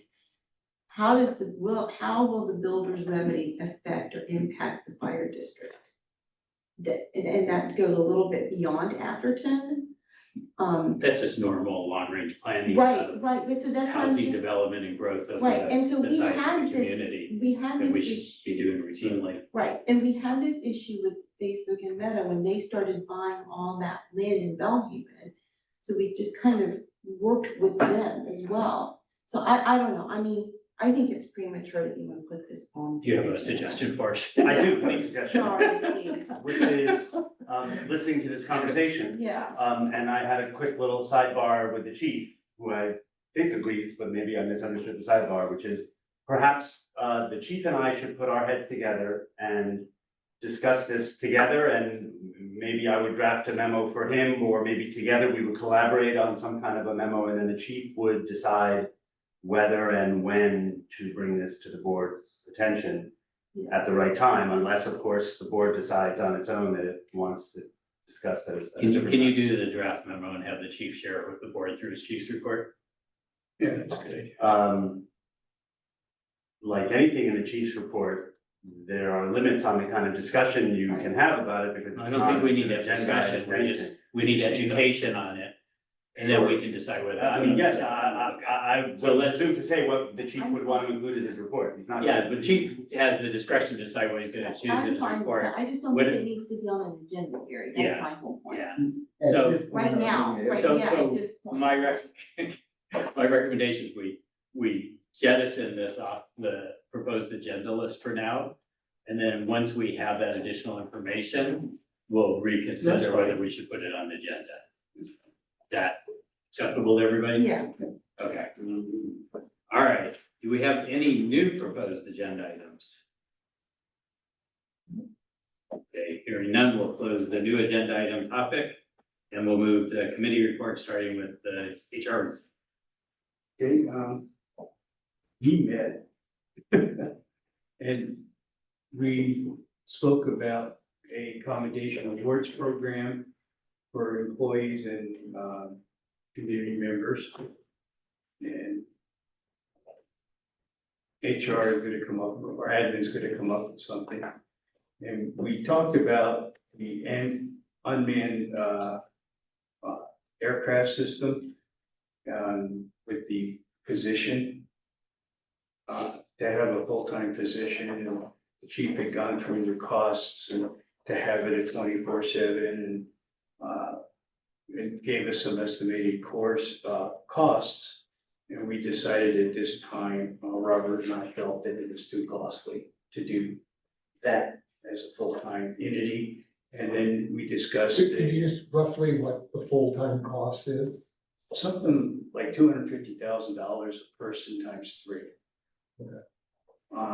And then So to be clear on that, the committee is not recommending to go forward at this. for anything, we bring anything forward to the board on that topic. Right, exactly. So dying committee. Right. Okay.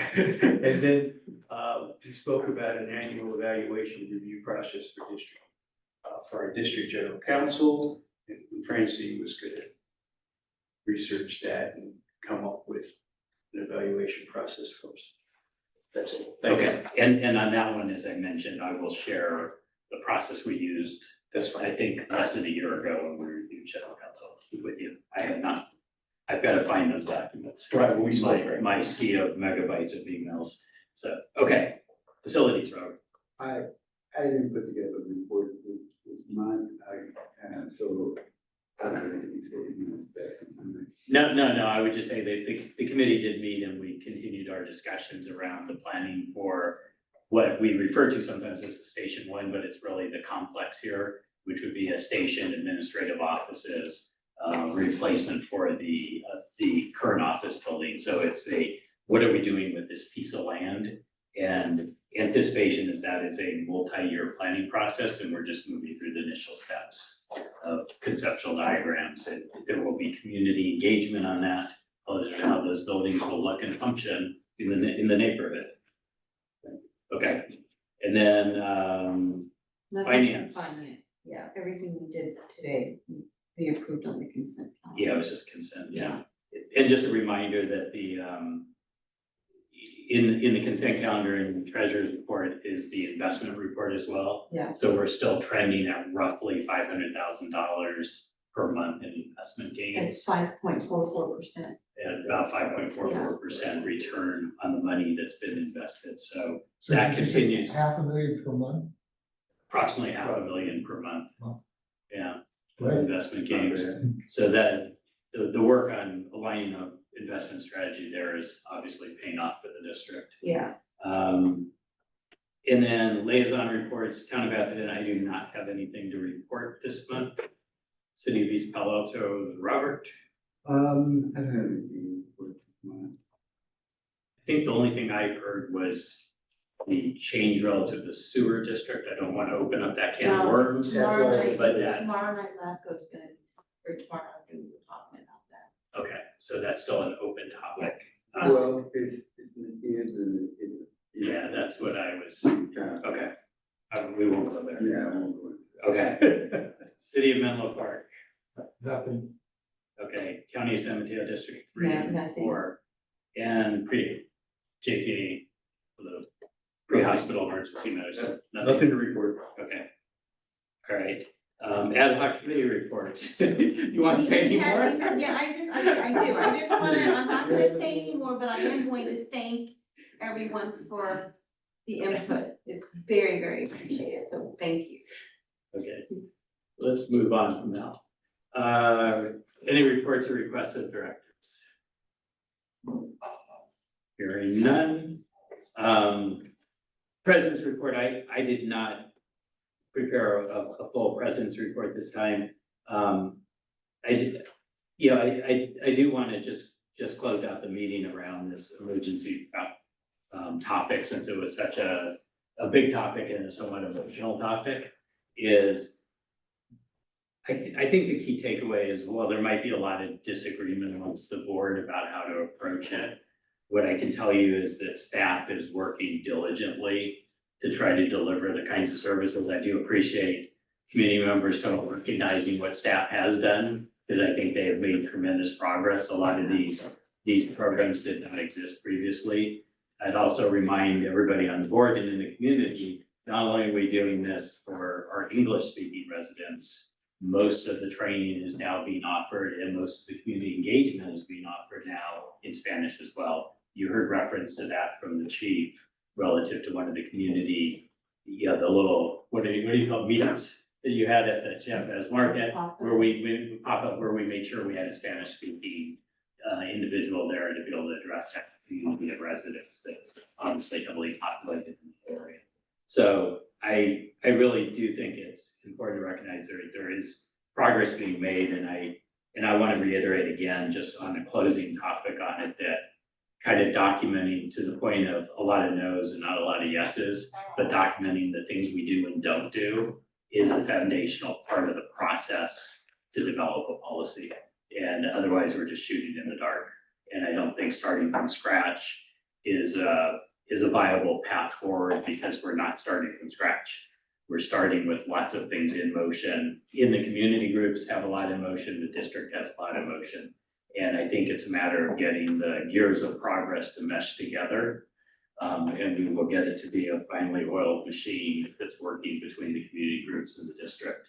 And I think the district, the chief has shown nothing but commitment to developing, evolving success in that area. So we will get there. So my appreciation for the patience through what was probably a difficult debate to listen to. It was a difficult debate to participate in as well. And on that note, I think we will open for final public comment. If there's any public comment in the room, there is seeing no more additional public comment. I think we are at the end of, did I hit the end? My Yes, papers got mixed adjourn up. at 9:20. And we can adjourn the meeting At at 9:20, 9:20 p.m. Thank you, everyone. Thank you.